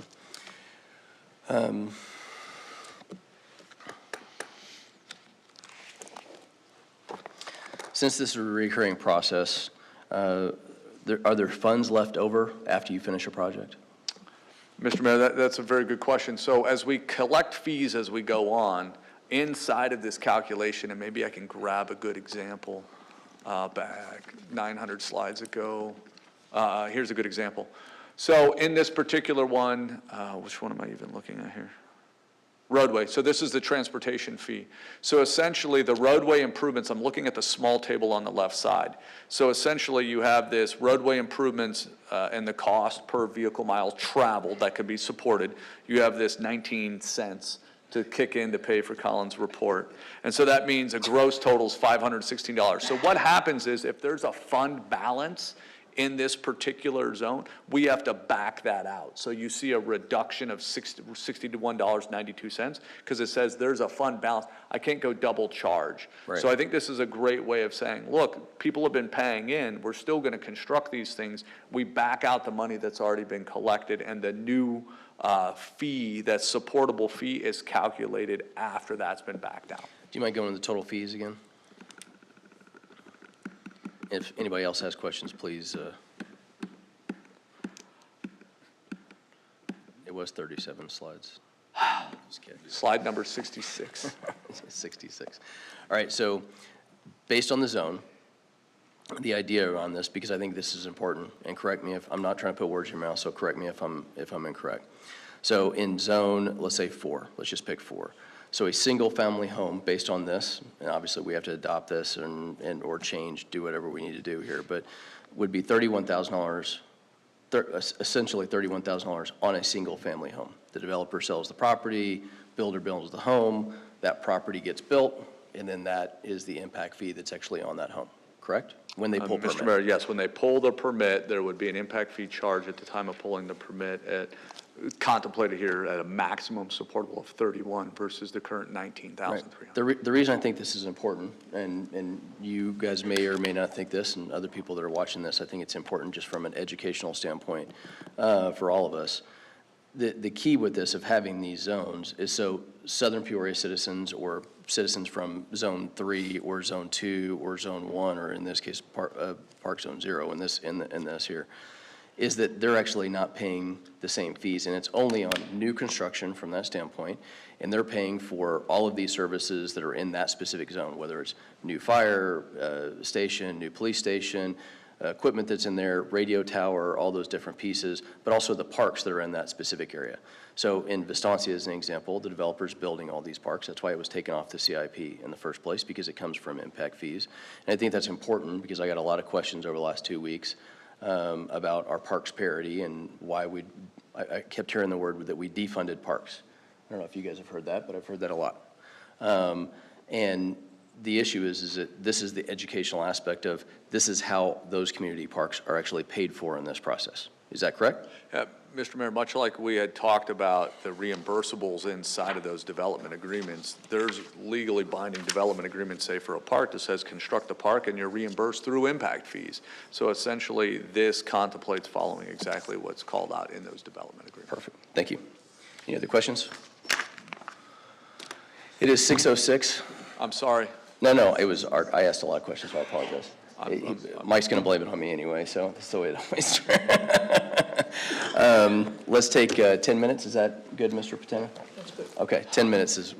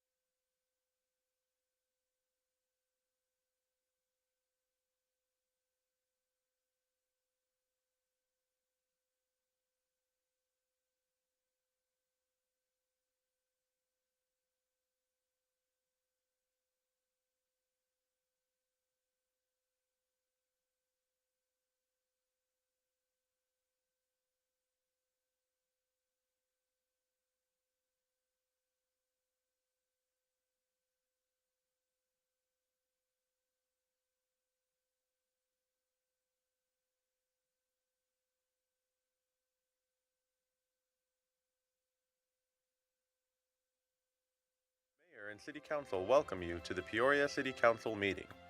As a courtesy to others, please silence all phones. If you would like to address an issue that is on the agenda, or if you would like to speak to the council regarding a non-agenda item, please complete a speaker request form, which can be found in the front lobby of the Peoria City Council chambers or in the tray to the left of the speaker's podium. Please place the completed speaker request form in the second tray to the left of the speaker's podium labeled Request to Speak. All speakers will have 3 minutes to complete their comments. A countdown clock is easily visible on the left side of the wall behind the City Council dais. Only items listed on the agenda may be addressed by the council. Since items presented as part of a speaker's request have not been listed on the agenda, and due to the requirements of open meeting laws, the council will be unable to respond to items presented as part of the speaker's request. However, please be aware that your comments will be noted. The speaker's name will be called to speak at the appropriate time in the order that the forms were received. Thank you for your interest and participation in the Peoria City Council meeting. Good evening and welcome to Peoria City Council meeting. I hereby call the meeting of April 16th, 2024 to order. Those who are able, please stand for the invocation by Deacon Jeff Klarich of Life in Christ Lutheran Church and remain standing for the Pledge of Allegiance. Good evening. Would you please pray with me? Dear Heavenly Father, St. Matthew's Gospel provides some divine guidance on the question of paying taxes. When the Pharisees asked the following question of Jesus, "Tell us, teacher, what do you think? Is it lawful to pay taxes to Caesar or not?" In response, Jesus said, "Show me the money for the tax." And they brought him a coin. And Jesus said to them, "Whose likeness and inscription is this?" They answered, "Caesar's." Then he said to them, "Render therefore to Caesar the things that are Caesar's, and the thing to God that are God's." And when they heard it, they marveled, and they left him and went away. And so, Heavenly Father, we ask that you guide Mayor Beck and our council members tonight as they meet and discuss matters with regards to our city, its employees, and the citizens of Peoria. Please lead them to choose to do that which is moral and rational, that their motivation in accomplishing the city's agenda is for the good of the public and not their own. We pray that they will be able to resolve our city's problems, implementing good and sound policies that address all issues fairly and justly. Father, we humbly ask that you bless them to be competent and excellent in their governance. Lastly, we pray by the power of the Holy Spirit, lead and guide them, blessing their efforts to govern our city in a way that is pleasing in your sight, and thus rendering to Caesar the things that are Caesar's, and to God the things that are God's.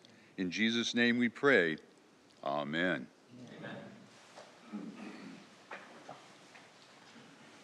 I pledge allegiance to the flag of the United States of America and to the republic for which it stands, one nation, under God, indivisible, with liberty and justice for all.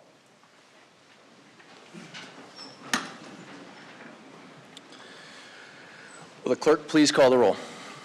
I'll get it right this time, Mayor. Mayor Beck. Here. Vice Mayor Everett. Here. Mayor Pro Tem Crawford. Here. Councilmember Finn. Here. Councilmember Platena. Here. Councilmember Dunn. Here. Councilmember Schaefer. Present. Councilor Youth Liaison Srivastava. Here. Councilor Youth Liaison Westside. Here. Mayor, you have a quorum. Thank you. Great job.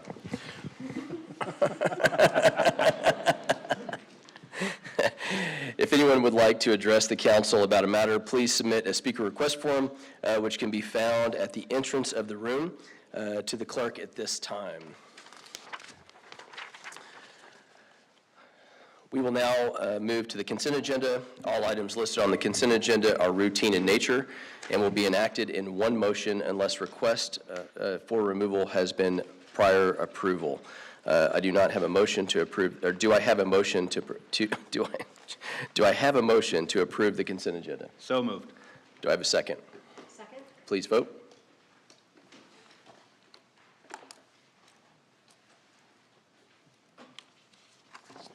Thank you. And it's 7-0. On regular agenda, We will now move to the regular agenda and introduce new business. I now recognize City Manager Mr. Henry Darwin to introduce 16R. Thank you, Mayor and Council. We're actually going to have a presentation on both 16R and 17R at the same time, but it's important to note that there are public hearings and votes needed for each of these agenda items, because one of the agenda items is a minor general plan amendment, and the second is a rezone. So there's really two different items, one presentation, both have public hearings and both needing votes. So we'll try to help guide us through that process as we go through this. But both of these agenda items are related to a battery energy storage facility. We have with us this evening Lori Deaver, she's the Deputy Planning Director. She's stepping in for her boss at the last minute because I don't know if he missed a flight or if his flight was canceled. It probably depends on the story he's telling from his perspective. But the fact matter is that Lori is here stepping in for him at last minute.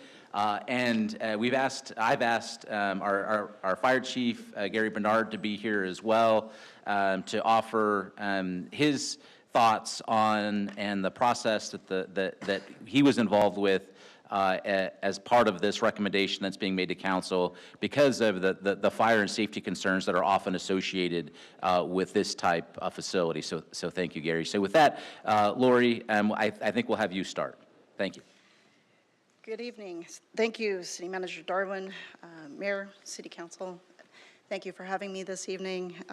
He is on his way. He will be shortly is the last story, so I will let you go with that. So I have the pleasure of presenting the staff report for 16 and 17R, as Mr. Darwin mentioned.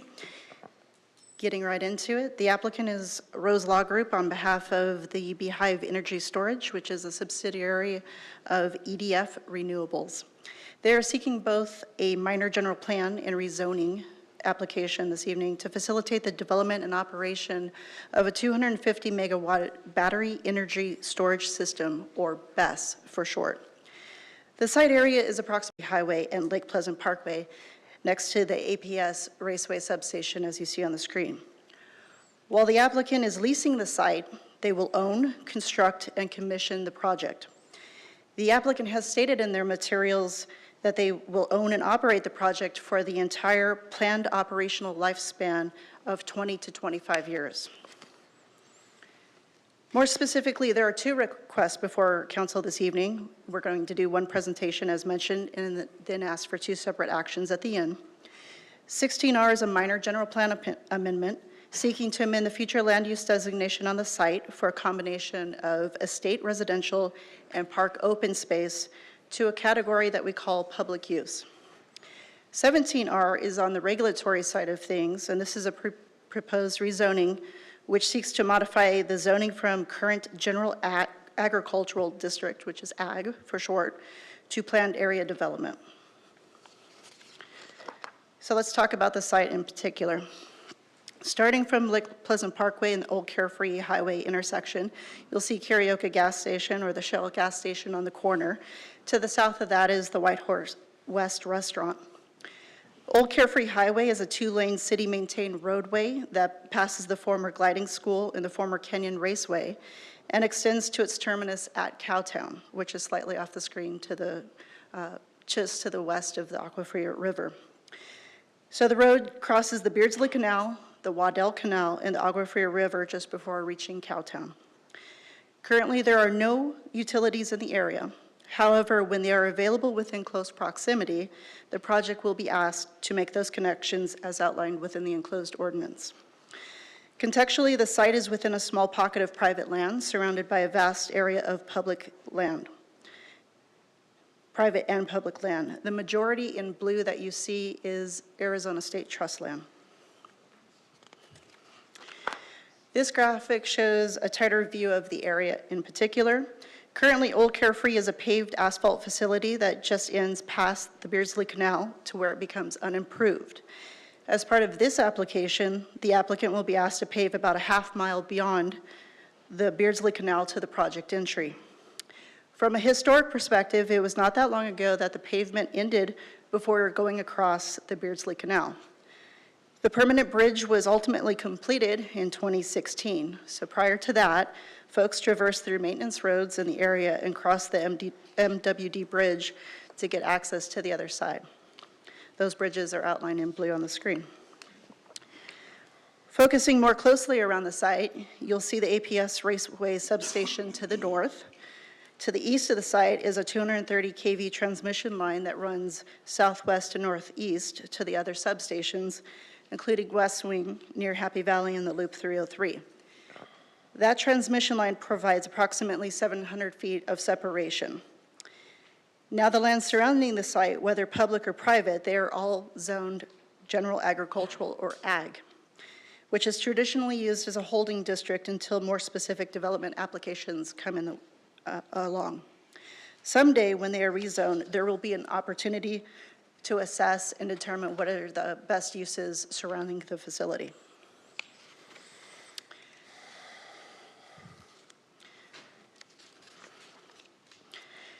So let's touch on the site itself. The site slopes northeast to southwest.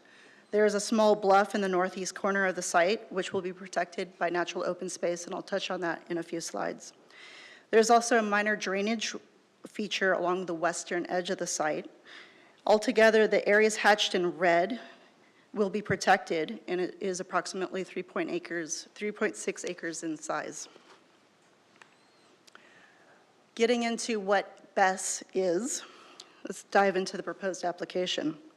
So BESS, or battery energy storage systems, are storage devices that allow for the storage of energy when the production is high, which can then be used later for when the demand is high. It provides a renewable energy supply to the system. The system itself is connected to the electrical grid, which you'll see in the site plan in the coming slides. They would hold and deliver energy through a power purchase agreement to a power offtake entity. In this case, that would be APS. The graphic on the right is not necessarily the application itself, but a picture of what provides a general illustration of what a BESS facility might look like. Each enclosure is self-contained. They house batteries, fire detection and suppression systems, control, ventilation, and AC units. The facility will also contain an on-site high-voltage substation with a transformer and various switches. The substation will step up the power to 230 kV before interconnecting to the APS Raceway substation. So that's the basic concept, and the applicant is here to certainly speak to more detail about the equipment. This particular graphic illustrates the conceptual development plan. The site is accessed from Old Carefree.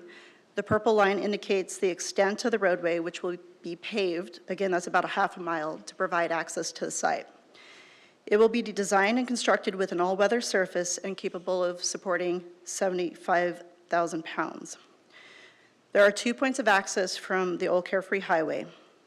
Those are noted in the bottom, as you can see. The orange area is a parking and laydown area. The perimeter wall is about 47 feet from the roadway. From each access point, there's a perimeter driveway around the facility. The purple-blue dot that you see called out that says water tank will provide sufficient volume to meet fire department demands. The lighter blue area just to the north of that is a pond, and the battery enclosures are in red, and those are about 7 acres in size. The area in light grayish blue, sorry, planners have a lot of crayons there, that's the bluff area, and an area that will be preserved as natural open space. The area in pink in the top left corner is the substation, which will then provide the tie-ins to the APS substation. One other feature to mention is that the facility will have a security wall with a perimeter road outside of it. The wall will have viewports at certain locations to allow for public safety to surveil operations. So let's talk about some of the mechanics here, as the site is rather remote and is not currently served by municipal utilities. Again, there's a stipulation requiring a tie-in to municipal services when they become available within the packet. This project will not have any restrooms that require water or wastewater facilities.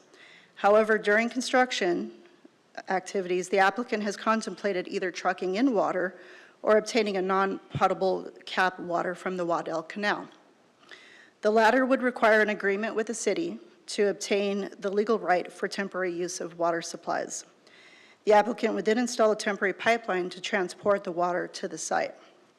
For continuing operations, the developer intends to drill a well and utilize the groundwater until municipal services are available. An on-site water tank would recharge and hold sufficient volume of water to support operations and fire safety needs. In working with the fire department and the applicant, some additional conditions have been provided to clarify and supplement the requirements. Those are identified as Exhibit 1 within the packet.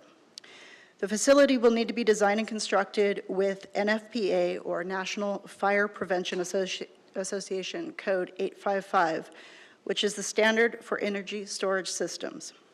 Secondly, the applicant will be providing a plume study and a hazard mitigation plan during the site plan design phase. The hazard mitigation plan will also include an emergency response plan that will include details for shutting down the system, staff training, and engagement with first responders. This plan will be done in conjunction with the fire department and updated annually. Additionally, there will be a continuous 24/7 monitoring of the fire detection and suppression systems, in addition to on-site cameras to provide additional surveillance capabilities to the site. Finally, during the site design, the city and the applicant will continue to work with surrounding property owners such as CAP, APS to augment access to the site. So that's the site proposal itself, but we are here to consider the action on the general plan and the rezoning that would facilitate the intended use, so let me get into that. This particular graphic illustrates the existing and proposed general plan designations. The site is proposed to be redesignated from a state residential and park open space to public use. We believe that this is an appropriate designation given the immediate proximity to the APS substation to the north and the 700-foot power line corridor to the east. It also advances the general plan policies to enhance the electrical infrastructure in the city and support reliability. With respect to the rezoning, the proposed rezoning from general agricultural to PAD.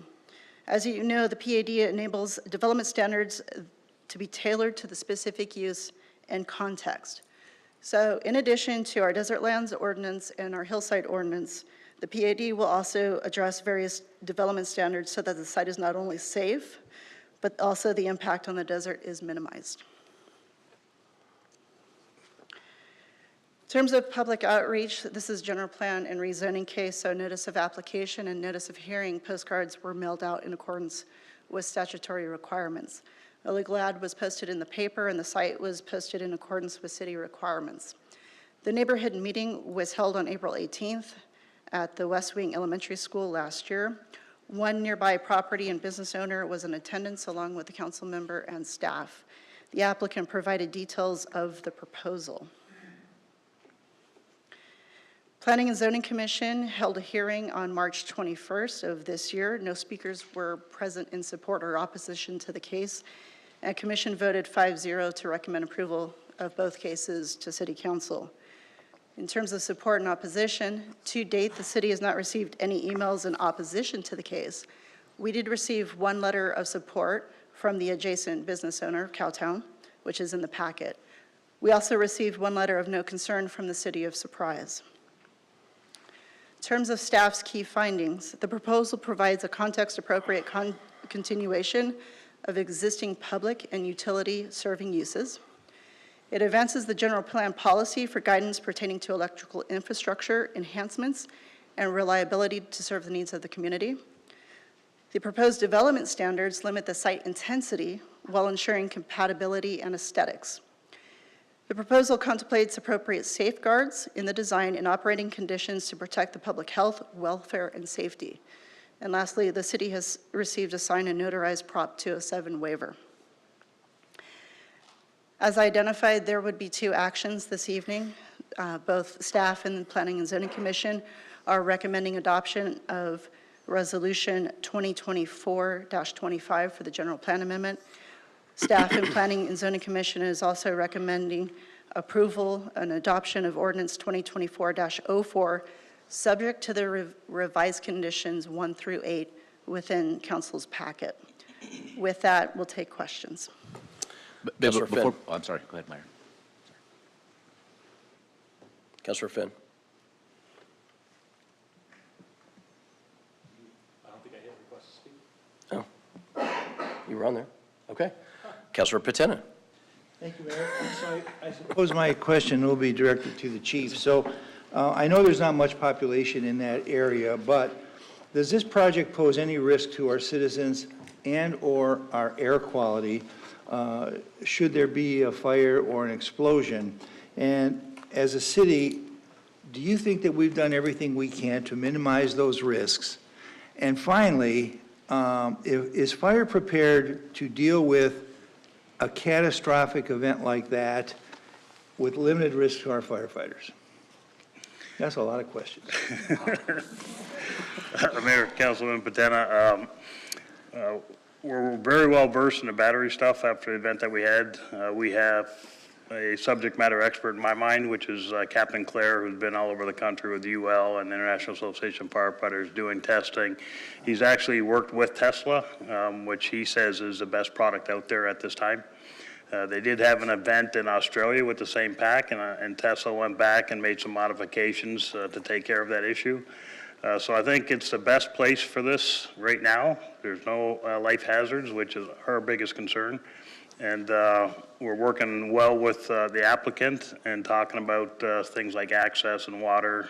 So I think we're the best we can be prepared right now for anything that could happen. All right, thank you. Councilor Schaefer. Thank you, Mayor. Ms. Deaver, great presentation. I was crossing off a lot of my questions as you're presenting, and my colleague, Councilmember Patena. Thank you. I crossed off a lot of questions. I had an opportunity to go up to the site and meet with the adjacent property owners, Cowtown and APS, and they strongly support this project, which is really good.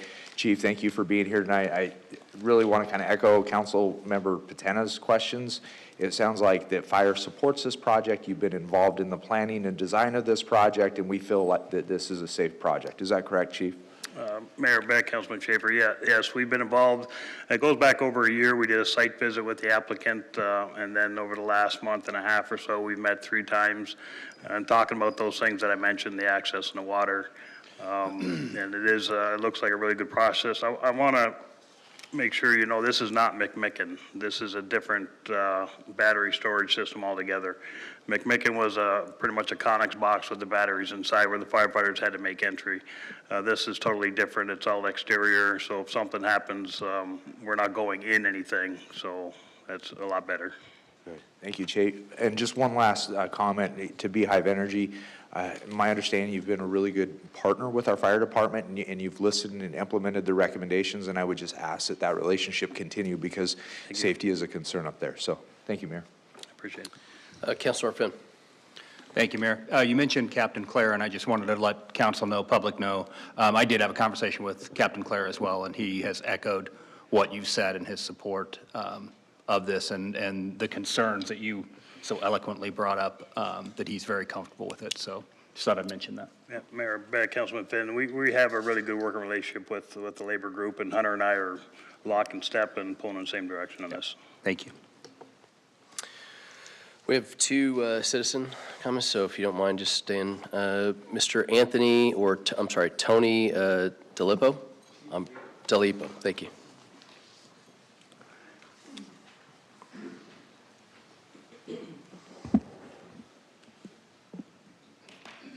Thank you, Mayor and council members, for your service to the community and giving me this opportunity to speak. I'm Tony DiPolito, retired engineer of 38 years with Palo Verde Generating Station, where I regularly evaluated technical and safety risks to people in the environment. My reason for being here is my concerns and requests for the proposed battery energy storage system. My concerns are based simply on information from the agenda, so I realize I have limited information, but my biggest concern is I think we have inadequate risk evaluation. Although there are many benefits that this project could provide, public health and safety are my biggest concern. Just as a matter of background, a 250 megawatt energy storage facility is the equivalent to a small coal-fired power plant. So there's a tremendous amount of energy stored and hazardous materials stored in one place. So my concerns fall into four general categories, and I'll highlight examples from each of those categories. Proven design. Is this design proven in a hot, dry climate, and for how many years? Ideally, something 5 to 10 years would be great. Ethics. Is child or slave labor used to procure the minerals that are needed to fabricate the batteries? Health and safety of the public. Is there an emergency plan to alert and possibly evacuate the public if there's a catastrophic accident? How do we prevent sabotage that could release hazardous materials to the public? Financial risks. What happens if the facility is no longer profitable?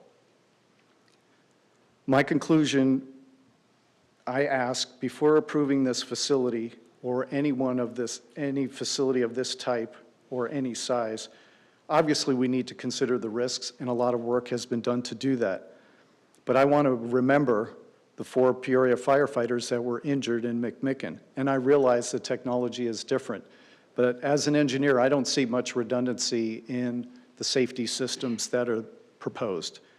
My request is that you disapprove items 16 Romeo and 17 Romeo for the Beehive energy storage because of inadequate risk evaluation. My second request is that the city develop an energy policy for energy producing and energy storage facilities. Thank you. Thank you for your comment, sir. Mr. Court Rich. Thank you, Mr. Mayor, members of the council. My name is Court Rich. I'm actually here representing the applicant today. If that was the last public comment, I'm happy to say a few words now if it's the right time. Please go ahead. Great, thank you so much. Thank you first to your staff and to the fire department and the chief in particular. We knew going into this process that health and safety were going to be the key issues that we needed to deal with. And we've worked, and I know it sounds like the gentleman who just spoke wasn't aware of the amount of time and effort we've put into dealing and working with your fire department.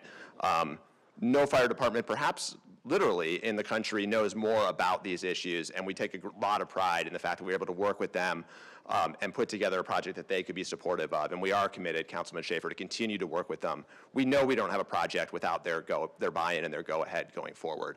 We have a presentation we can give. I don't know that we need to do that. If you have specific questions, we have a whole team here. If there's something that you want to know about how battery energy storage works or this project in particular, one thing I will highlight is that we deliberately picked this location because it's away from everywhere. We're really happy to have the neighbor, Mr. Shaw, who couldn't be here tonight. He's at a family dinner in support, the owner of the Cowtown Range. He liked, I kind of jokingly say, but he said it, he likes this because batteries don't complain about noise from a gun range. And so we are in a good location for that. And he also likes that we'll be improving the roadway, as your staff pointed out, through that area, which will just help those that go out there. So I don't need to bore you with a long presentation if you don't like. The team is here as well if you have questions. Thank you so much. Thank you. Does any council members have any questions at this point? Councilor Finn. Thank you for that. Just one question for you, since a lot of us probably don't know much about this.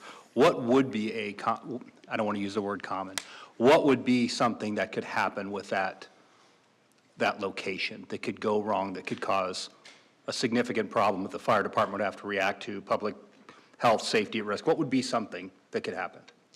Sure, Mayor, Councilman Finn, that's a fair question. I think the types of there's been a huge evolution since the McMicken incident, and your fire chief already talked about. Not only is the technology different and improved, but the configuration is different to allow for safety for those reacting to it.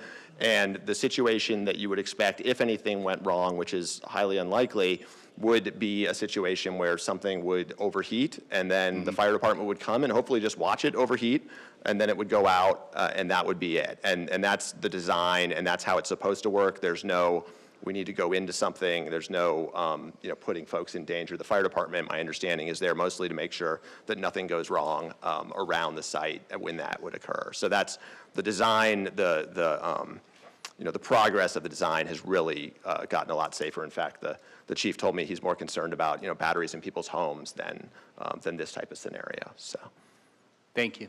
thank you. Thank you for that answer. Councilor Dunn? Can you address, the gentleman brought up the lifespan with the heat in the desert. Has there been any tests? Do you have any data supporting how long of a lifespan this facility might have? Yeah, Mr. Mayor, Councilwoman Dunn. Yeah, so first of all, APS is the largest utility in the state, and they are procuring many, many, many gigawatts of these types of technology, and they obviously are the experts at operating in high temperatures.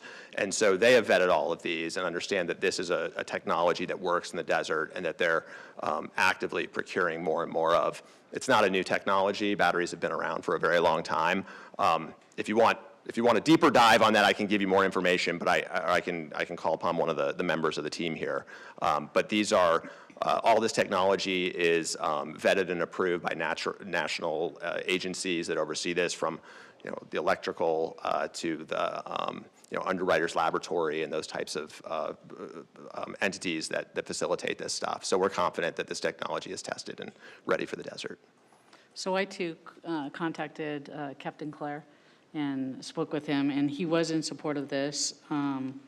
And, he did let me know that they will make sure that, top-of-the-line safety plans and precautions are in place, that there's a quarter-mile to a half-mile buffer zone, some of those things. So I think with the precautions that the city and our experts are taking, that, I'm relying on that information myself, so.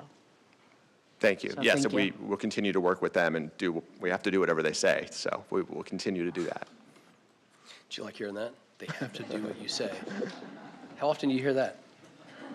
Yeah, depends on the day, right? So thank you for your comments. I'll reiterate some of the same things that some of the other council members have spoken about.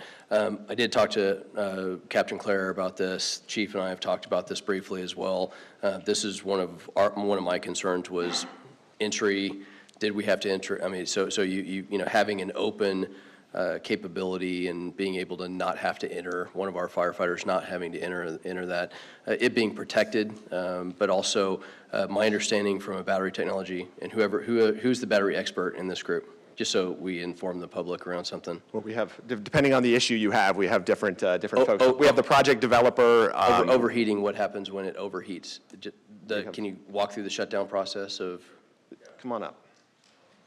I think it's important for the public to hear this. Thank you, Mayor. So just introduce yourself. And then just really So my name is Matt Kim. I'm a fire protection engineer specialized in BESS technology. In terms of your question regarding overheating of batteries, the battery system have multi-layer approach to safety. It starts at the cell level and testing, where it's tested by UL laboratories, make sure that it doesn't propagate.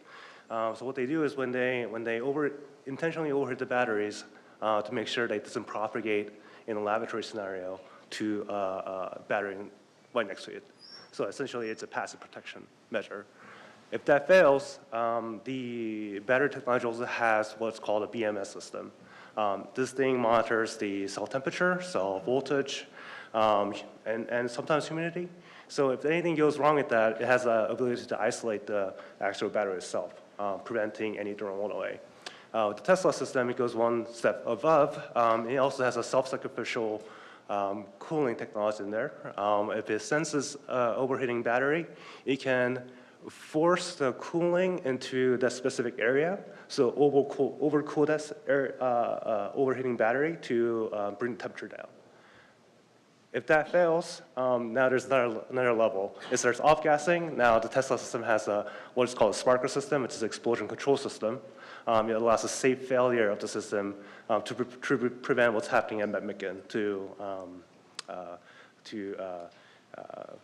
safeguard anyone nearby. So multi-layer safety approach. Okay, thank you. Appreciate that. Any other questions?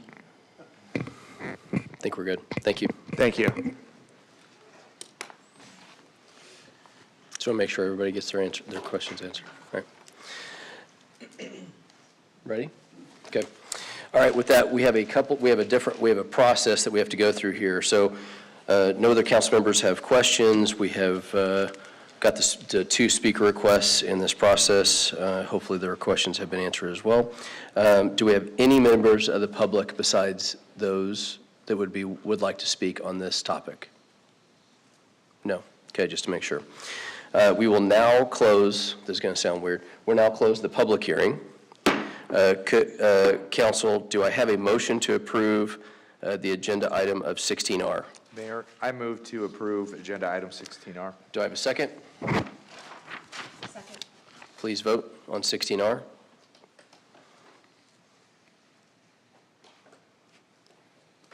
And it passes 7-0. Thank you. I now recognize Mr. City Manager, Mr. Henry Darwin, to introduce next agenda item 17R. So, Mayor and Council, for 17R, since we've already had the presentation on 17R, the next step in the process would be for you to open the public hearing and then solicit public comment and then close it and then do exactly like we just Do we have any other council questions on 17R? We shouldn't. Okay. I have any other comments on 17R? No? Okay. I will now close the public meeting, or public hearing for 17R. Council, do I have a motion to approve 17R? Mayor, I move to approve agenda item 17R. Do I have a second? Second. Please vote.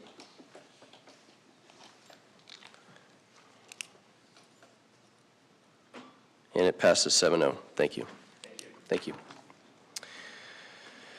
I now recognize City Manager Henry Darwin. You got back from Coachella? How'd you get? You like changed clothes. I figured you'd be in like your rave costume. No? No, nothing want to say. Looks really tan. For the record, it was a delayed flight. I was at a conference. Like but we from got there very California? quickly, and I heard all the remarks on the way down here. Did you fly into Palm Springs and come here? Is that how that worked? No. No, I'm just messing with you. Now I recognize City Manager Henry Darwin to introduce the next agenda item, 18R. Thank you, Mayor. So, Mayor and Council, the next item on the agenda is another agenda item that requires a public hearing and a vote of council. I see that we now have Mr. Jaquez here. Lori will be playing backup, I guess, unless she wants to leave the table and curse him on her way out. Chris Jaquez is our Director of Planning for the city. So, Chris, thank you for being here, albeit late, and giving us a presentation on item number 18R, which is our code amendment for Chapter 21 related to our self-storage facility. So take it away, Chris. Yep, thank you, Mr. Darwin, and good evening, Mayor and Council. I'll make a few remarks and introduce this code amendment, and then I will pass over to Lori. She was the project manager, did the lion's share of this work, but we worked together on this amendment. I want to make sure that she has an opportunity there. This amendment before you pertains to self-storage facilities and how we regulate them citywide. So just thinking back a couple of council meetings ago, we talked to you about our general plan process, which is now kicked off, by the way. And we talked about a number of amendments that we're doing in our work, particularly with State Land Department, how we're trying to open up some of that land for development. And I think we also mentioned that approximately 75% of our vacant land that remains in the city is held effectively within State Land Department. This council, this administration, they are very bullish on trying to expand our employment base. I think we've noted in the past also that approximately 80% of our workforce outcommutes to other destinations. So we're trying to expand that footprint in town here.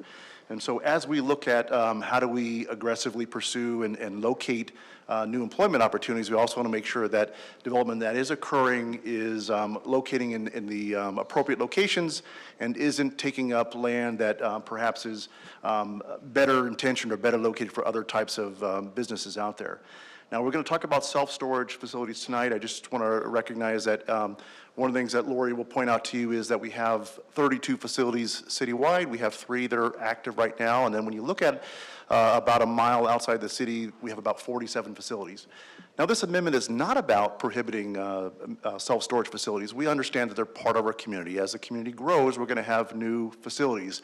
But we want to make sure that we have the regulations in place that retains our better positioned lands and is more intentional about where we direct these facilities. So with that as an introduction, I'm going to pass it over to Lori.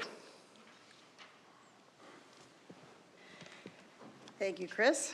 So as Chris did mention, in terms of background, every time that we go and pursue a code amendment, we're going to benchmark, and we're going to do inventory, et cetera, to see where we're at. In this particular case, there are 32 existing facilities within city limits. 3 are additionally zoned or in process. A couple of them have already come in front of council, one in particular earlier this year. In total, there are 12 additional facilities within a 1-mile radius within city limits. So in all, 47 facilities within and around city limits. However, that number is not representative of full build-out. When you look at an aerial map and an image, you'll see that Happy Valley is primarily where infill starts to drop off and vacant land starts to pick up and go forward. So as you go forward north of Happy Valley, there's vacant area still left for development purposes. In terms of the amendment itself, core concerns that we heard, proliferation and concentration of these facilities, and we'll touch on that in a little bit. Visual dominance and character compatibility, especially adjacent to residential neighborhoods, and vehicular and pedestrian safety. So the proposed amendment had 5 methods that we used for these regulations. The first is create new standalone definitions to better recognize the operational differences between these type of facilities. We updated the land use matrix to show where these facilities were permitted by right or allowed through a conditional use permit. We established a maximum acreage for self-storage, which we'll talk about, and that's to address the character and visual dominance concerns.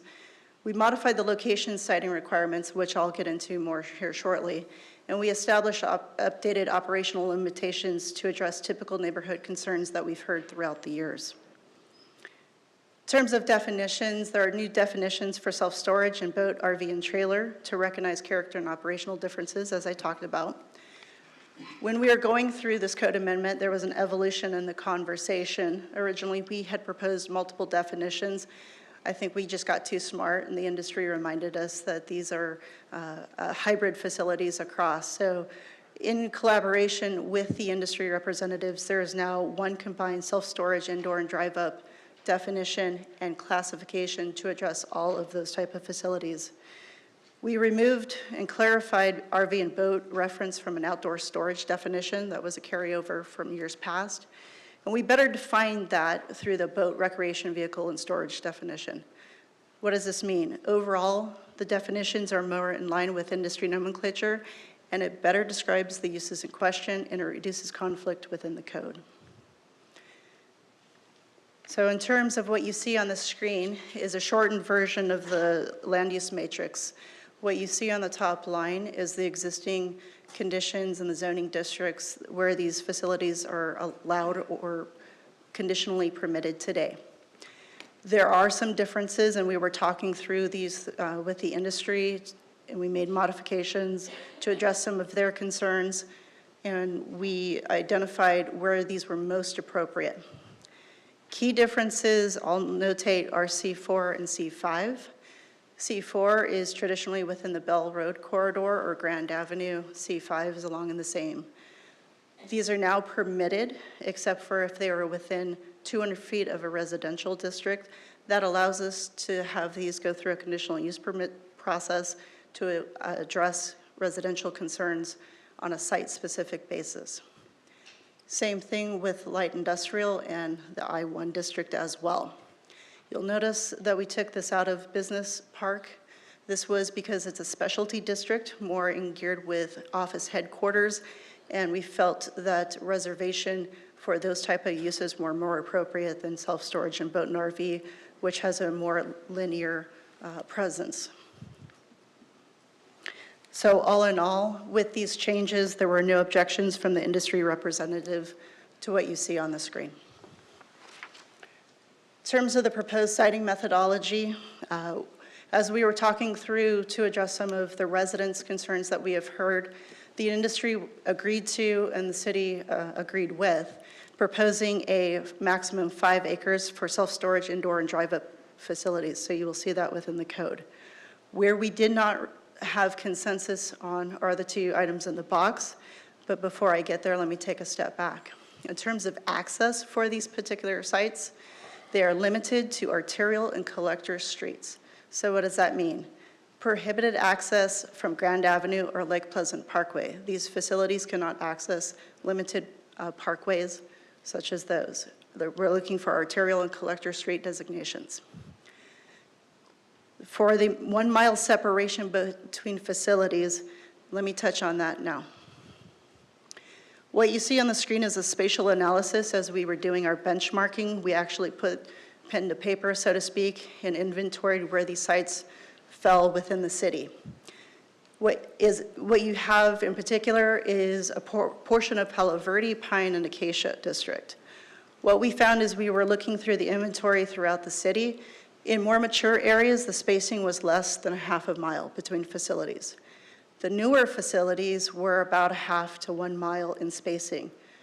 So we proposed a 1 mile spacing requirement between facilities.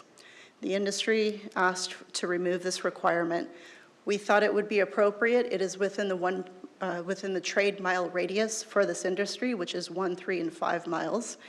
And the distance requirements at 1 mile provides a balance between the residents' concerns for concentration versus allowing continued growth throughout the city. So we thought this was a balanced approach, 1 mile between the facilities. So we retained this requirement. In terms of the next one, this was an evolution in the conversation. Originally, we proposed a minimum spacing of 1,320 linear feet or a quarter mile from an arterial and arterial intersection. As we were having the conversations with the stakeholders, the original distance was too restrictive for the facilities to fit within even some of our larger commercial centers. However, the counterproposal by the industry wanted 300 linear feet. At that distance, it allowed a visual dominance of these facilities at the intersection. It did not address the saturation question. Also, at these primary arterial intersections, these are some of the heaviest traveled streets within the city. And so you have a number of patrons that use these facilities that may have longer wheelbases that they're not used to, be in larger vehicles that they're not used to. They may be in these vehicles for only certain portions of the year, so it might be a little rusty, things of that nature. So having these facilities at that location at the intersection becomes a pedestrian and a vehicle concern for us. So alternatively, we changed from the 1320 that you see down to the 660 linear feet or an eighth of a mile. That is the minimum spacing, driveway spacing requirements for city standards. It provides like the second driveway access from those commercial centers, and it provides staff the ability to mitigate traffic and safety concerns as appropriate. So that's why you see it 660 linear feet. One of the items that we heard for Planning Commission was these are very restrictive regulations. What happens if there's a site where it makes sense? What are the options for the developer? Within the code, there are existing avenues that developers can seek exceptions. Some of these have been utilized in past cases. You can rezone to a single use planned area development. You'll see that at the Arrowhead RV and boat storage most recently. You can modify an existing PAD to adjust the land use matrix to allow these facilities and expand where they can be located. That most recently was the Carioca site that you have seen before you.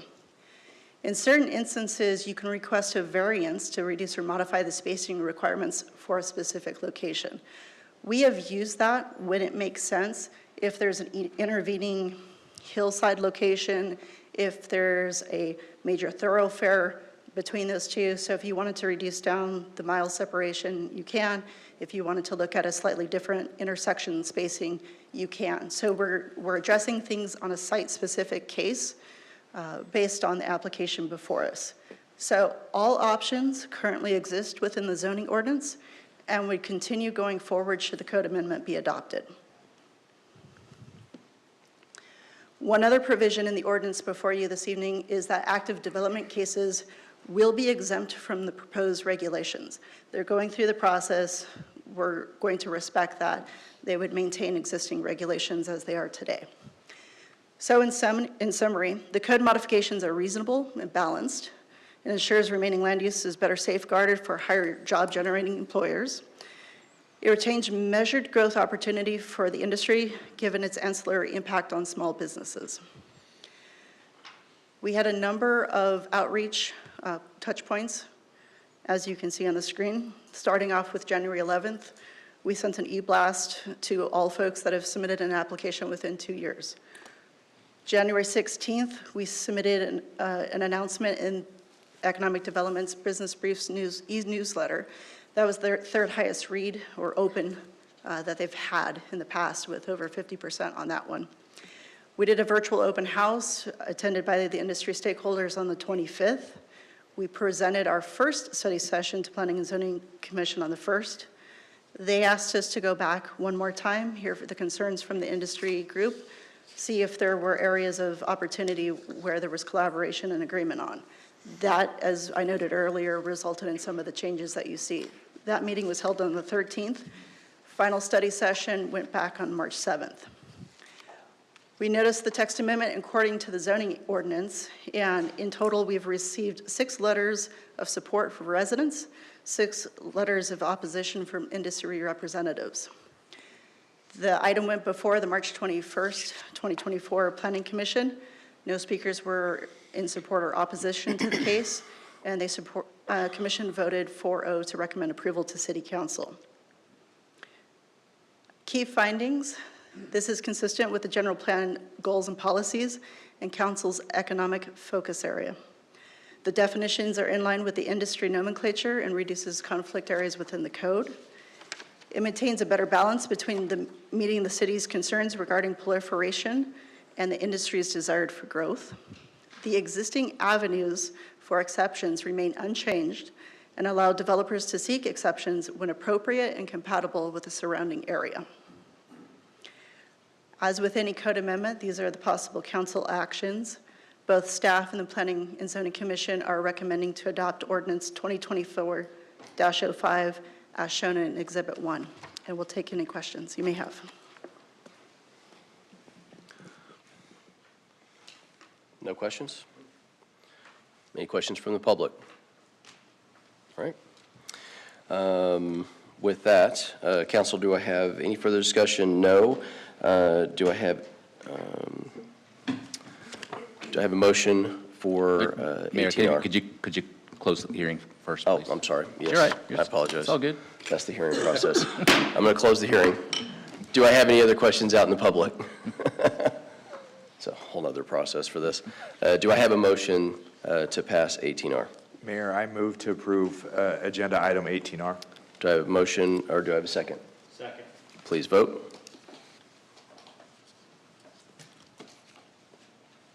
And it passes 7-0. Thank you for all the work you two put in this. I know you guys worked on this for a long time. I know there was a lot of council involvement as far as trying to put this together and how much time you put in this.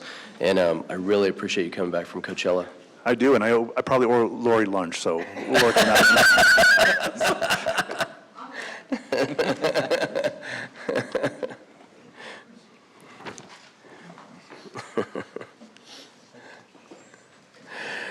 Next on the agenda is call to the public. As a reminder, each speaker will direct his or her comments to the members of the governing body and not to any individual member. or individuals present. Each speaker will refrain from personal attacks, foul or abusive language, and will maintain a civil and courteous manner and tone. Members of the audience will respect the rights of others and will not create noise or other disturbances that will disrupt or disturb the meeting. By law, the council is not authorized to discuss and take action of any issue raised on the public comment. Do we have any? I've got these two. I don't have any from else. These are the people that talked earlier. Is there anybody else in the public that would like to talk? Mr. Forsyth, come on up.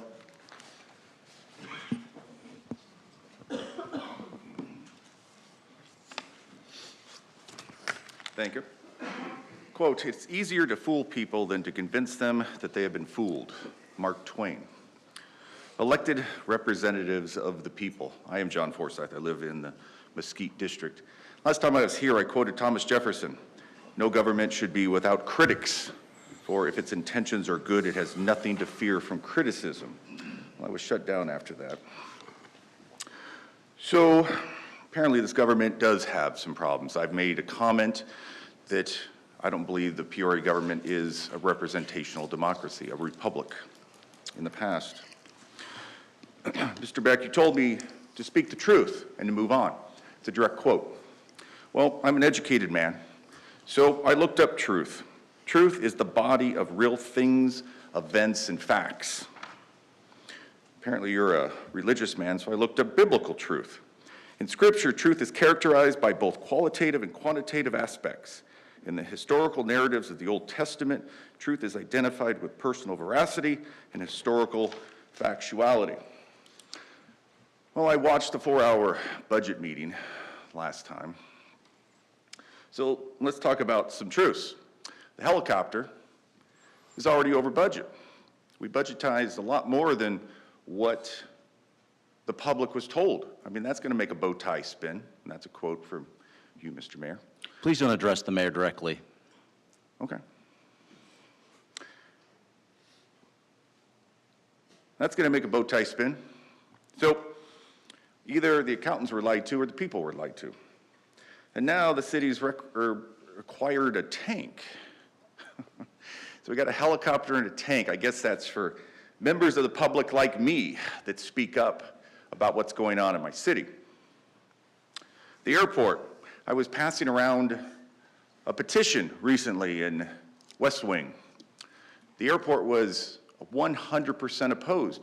This council approved a $500,000 grant to do a study, but we've already budgetized land purchases for an airport that nobody wants. Glendale has never been fully utilized. I want to remind everyone, I know this is old, I carry it around with me, Constitution. Council members and Ms. Dunn, Mr. Schaefer, apologies. Please don't address the members individually. My apologies. You represent 32,000 Peorians, each of you. Not one person. You need to speak the voice of the people. That's your job. That's what you ran on. The people deserve better.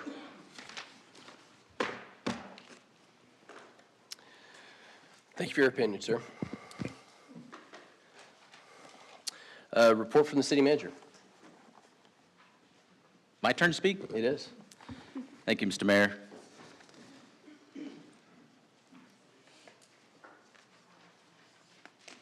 They're getting my report up.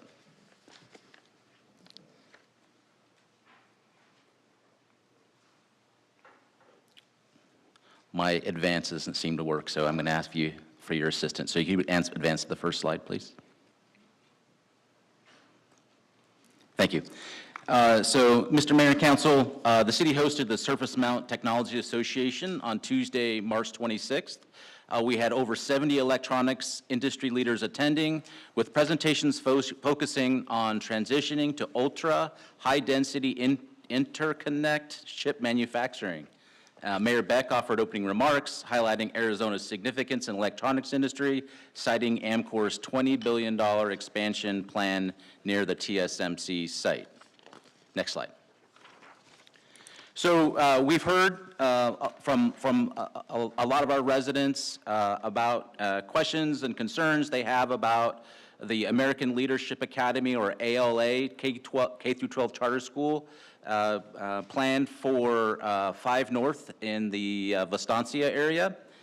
Because of these questions and the success we had in making a similar presentation regarding the AmCore development in the same, or near the same location, we're going to be holding another similar type of webinar on Wednesday, May 1st this year at 6 p.m. We invite anyone and everyone who's interested in knowing more about the ALA Academy to join this webinar. You will be able to find how to sign up to see it live on our website. But as with the AmCore webinar, it will also be available after the initial date for anyone who wants to view it at some later time. Next slide. So the City of Peoria's Neighborhood and Human Services Department, they for years have had an award-winning neighborhood pride program that focuses on revitalizing a few blocks of residential homes through hundreds of local faith-based volunteers and a lot of paint, landscape, rock, and fence repair materials. This video that I'm about to show highlights this last year's program that started in October and finished in March, and it was focused on the Acacia District in the vicinity of 71st Avenue, Cinnabar Avenue, and north of Mountain View Road. So go ahead and play the video.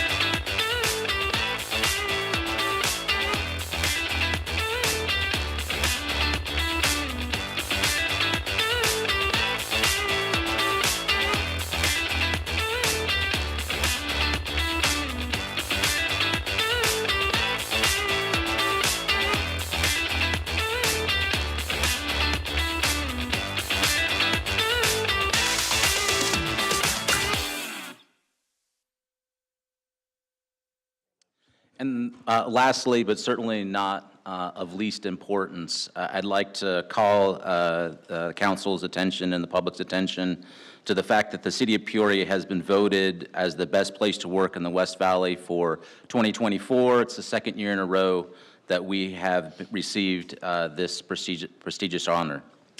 Mayor, council, that's my report for the evening. Thank you. Anna? Thank you, Mayor and Council. So, at our last meeting, we had Tomorrow We Vote, a nonpartisan, nonprofit organization focused on encouraging eligible youth to vote, speak to us about our partnership with them to set up a voter registration event at some of our local high schools. Youth Advisory Board members have received training to help register eligible youth for our upcoming elections.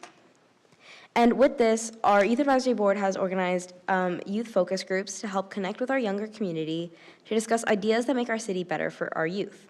Our upcoming sessions are on Monday, April 29th, Wednesday, May 1st, and Thursday, May 2nd, from 5 to 6 p.m., and we encourage all youth to attend. Thank you. Thank you. Allie? Thank you, Mayor and Council.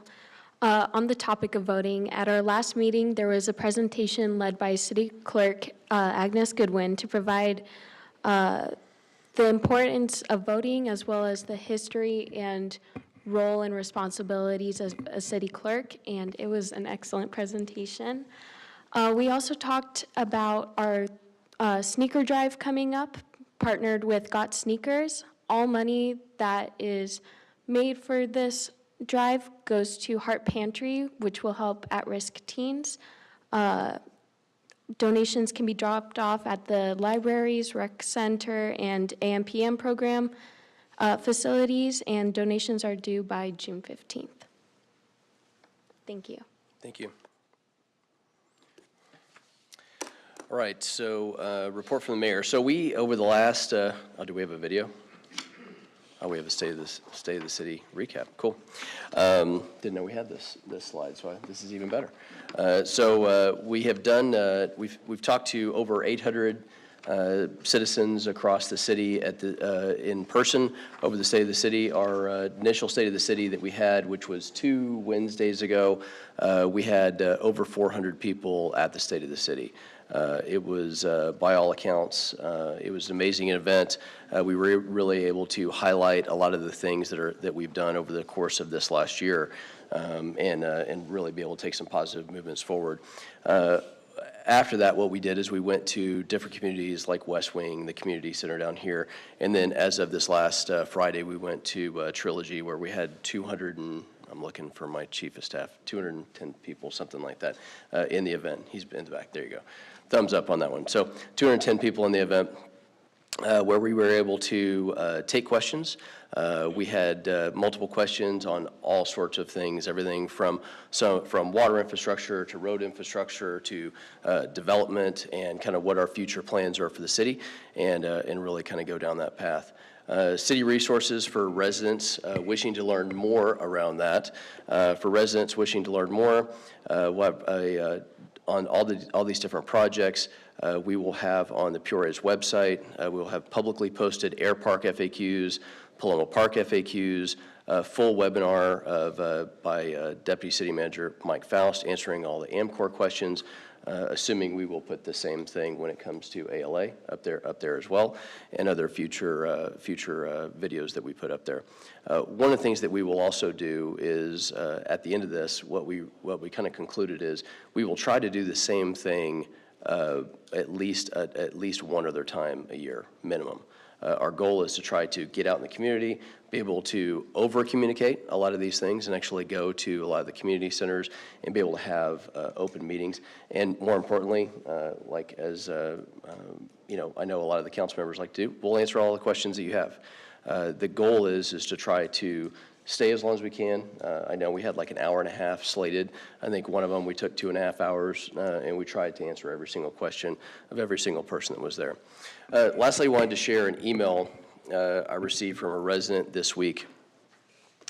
Our firefighters are in the room, so I just want to make sure that this is a really cool one. So recently, our elderly neighbor, this is not from me, this is from a resident. Recently, our elderly neighbor fell while pulling weeds in her yard. We called 911 to assist her and ensure she was unharmed. Then Peoria Fire Department arrived and determined that she was okay. When they discovered that she was pulling weeds, they literally all assisted in helping her finish the job.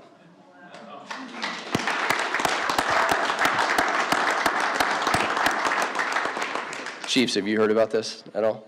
I was going to say, I've got really cool photos too, so. I just thought, again, this is one of those amazing, servant leadership aspects of whether it's a police officer. We have stories like this all the time, whether it's one of our garbage truck workers that actually pulls over and helps put out fires to things like that. You guys rock.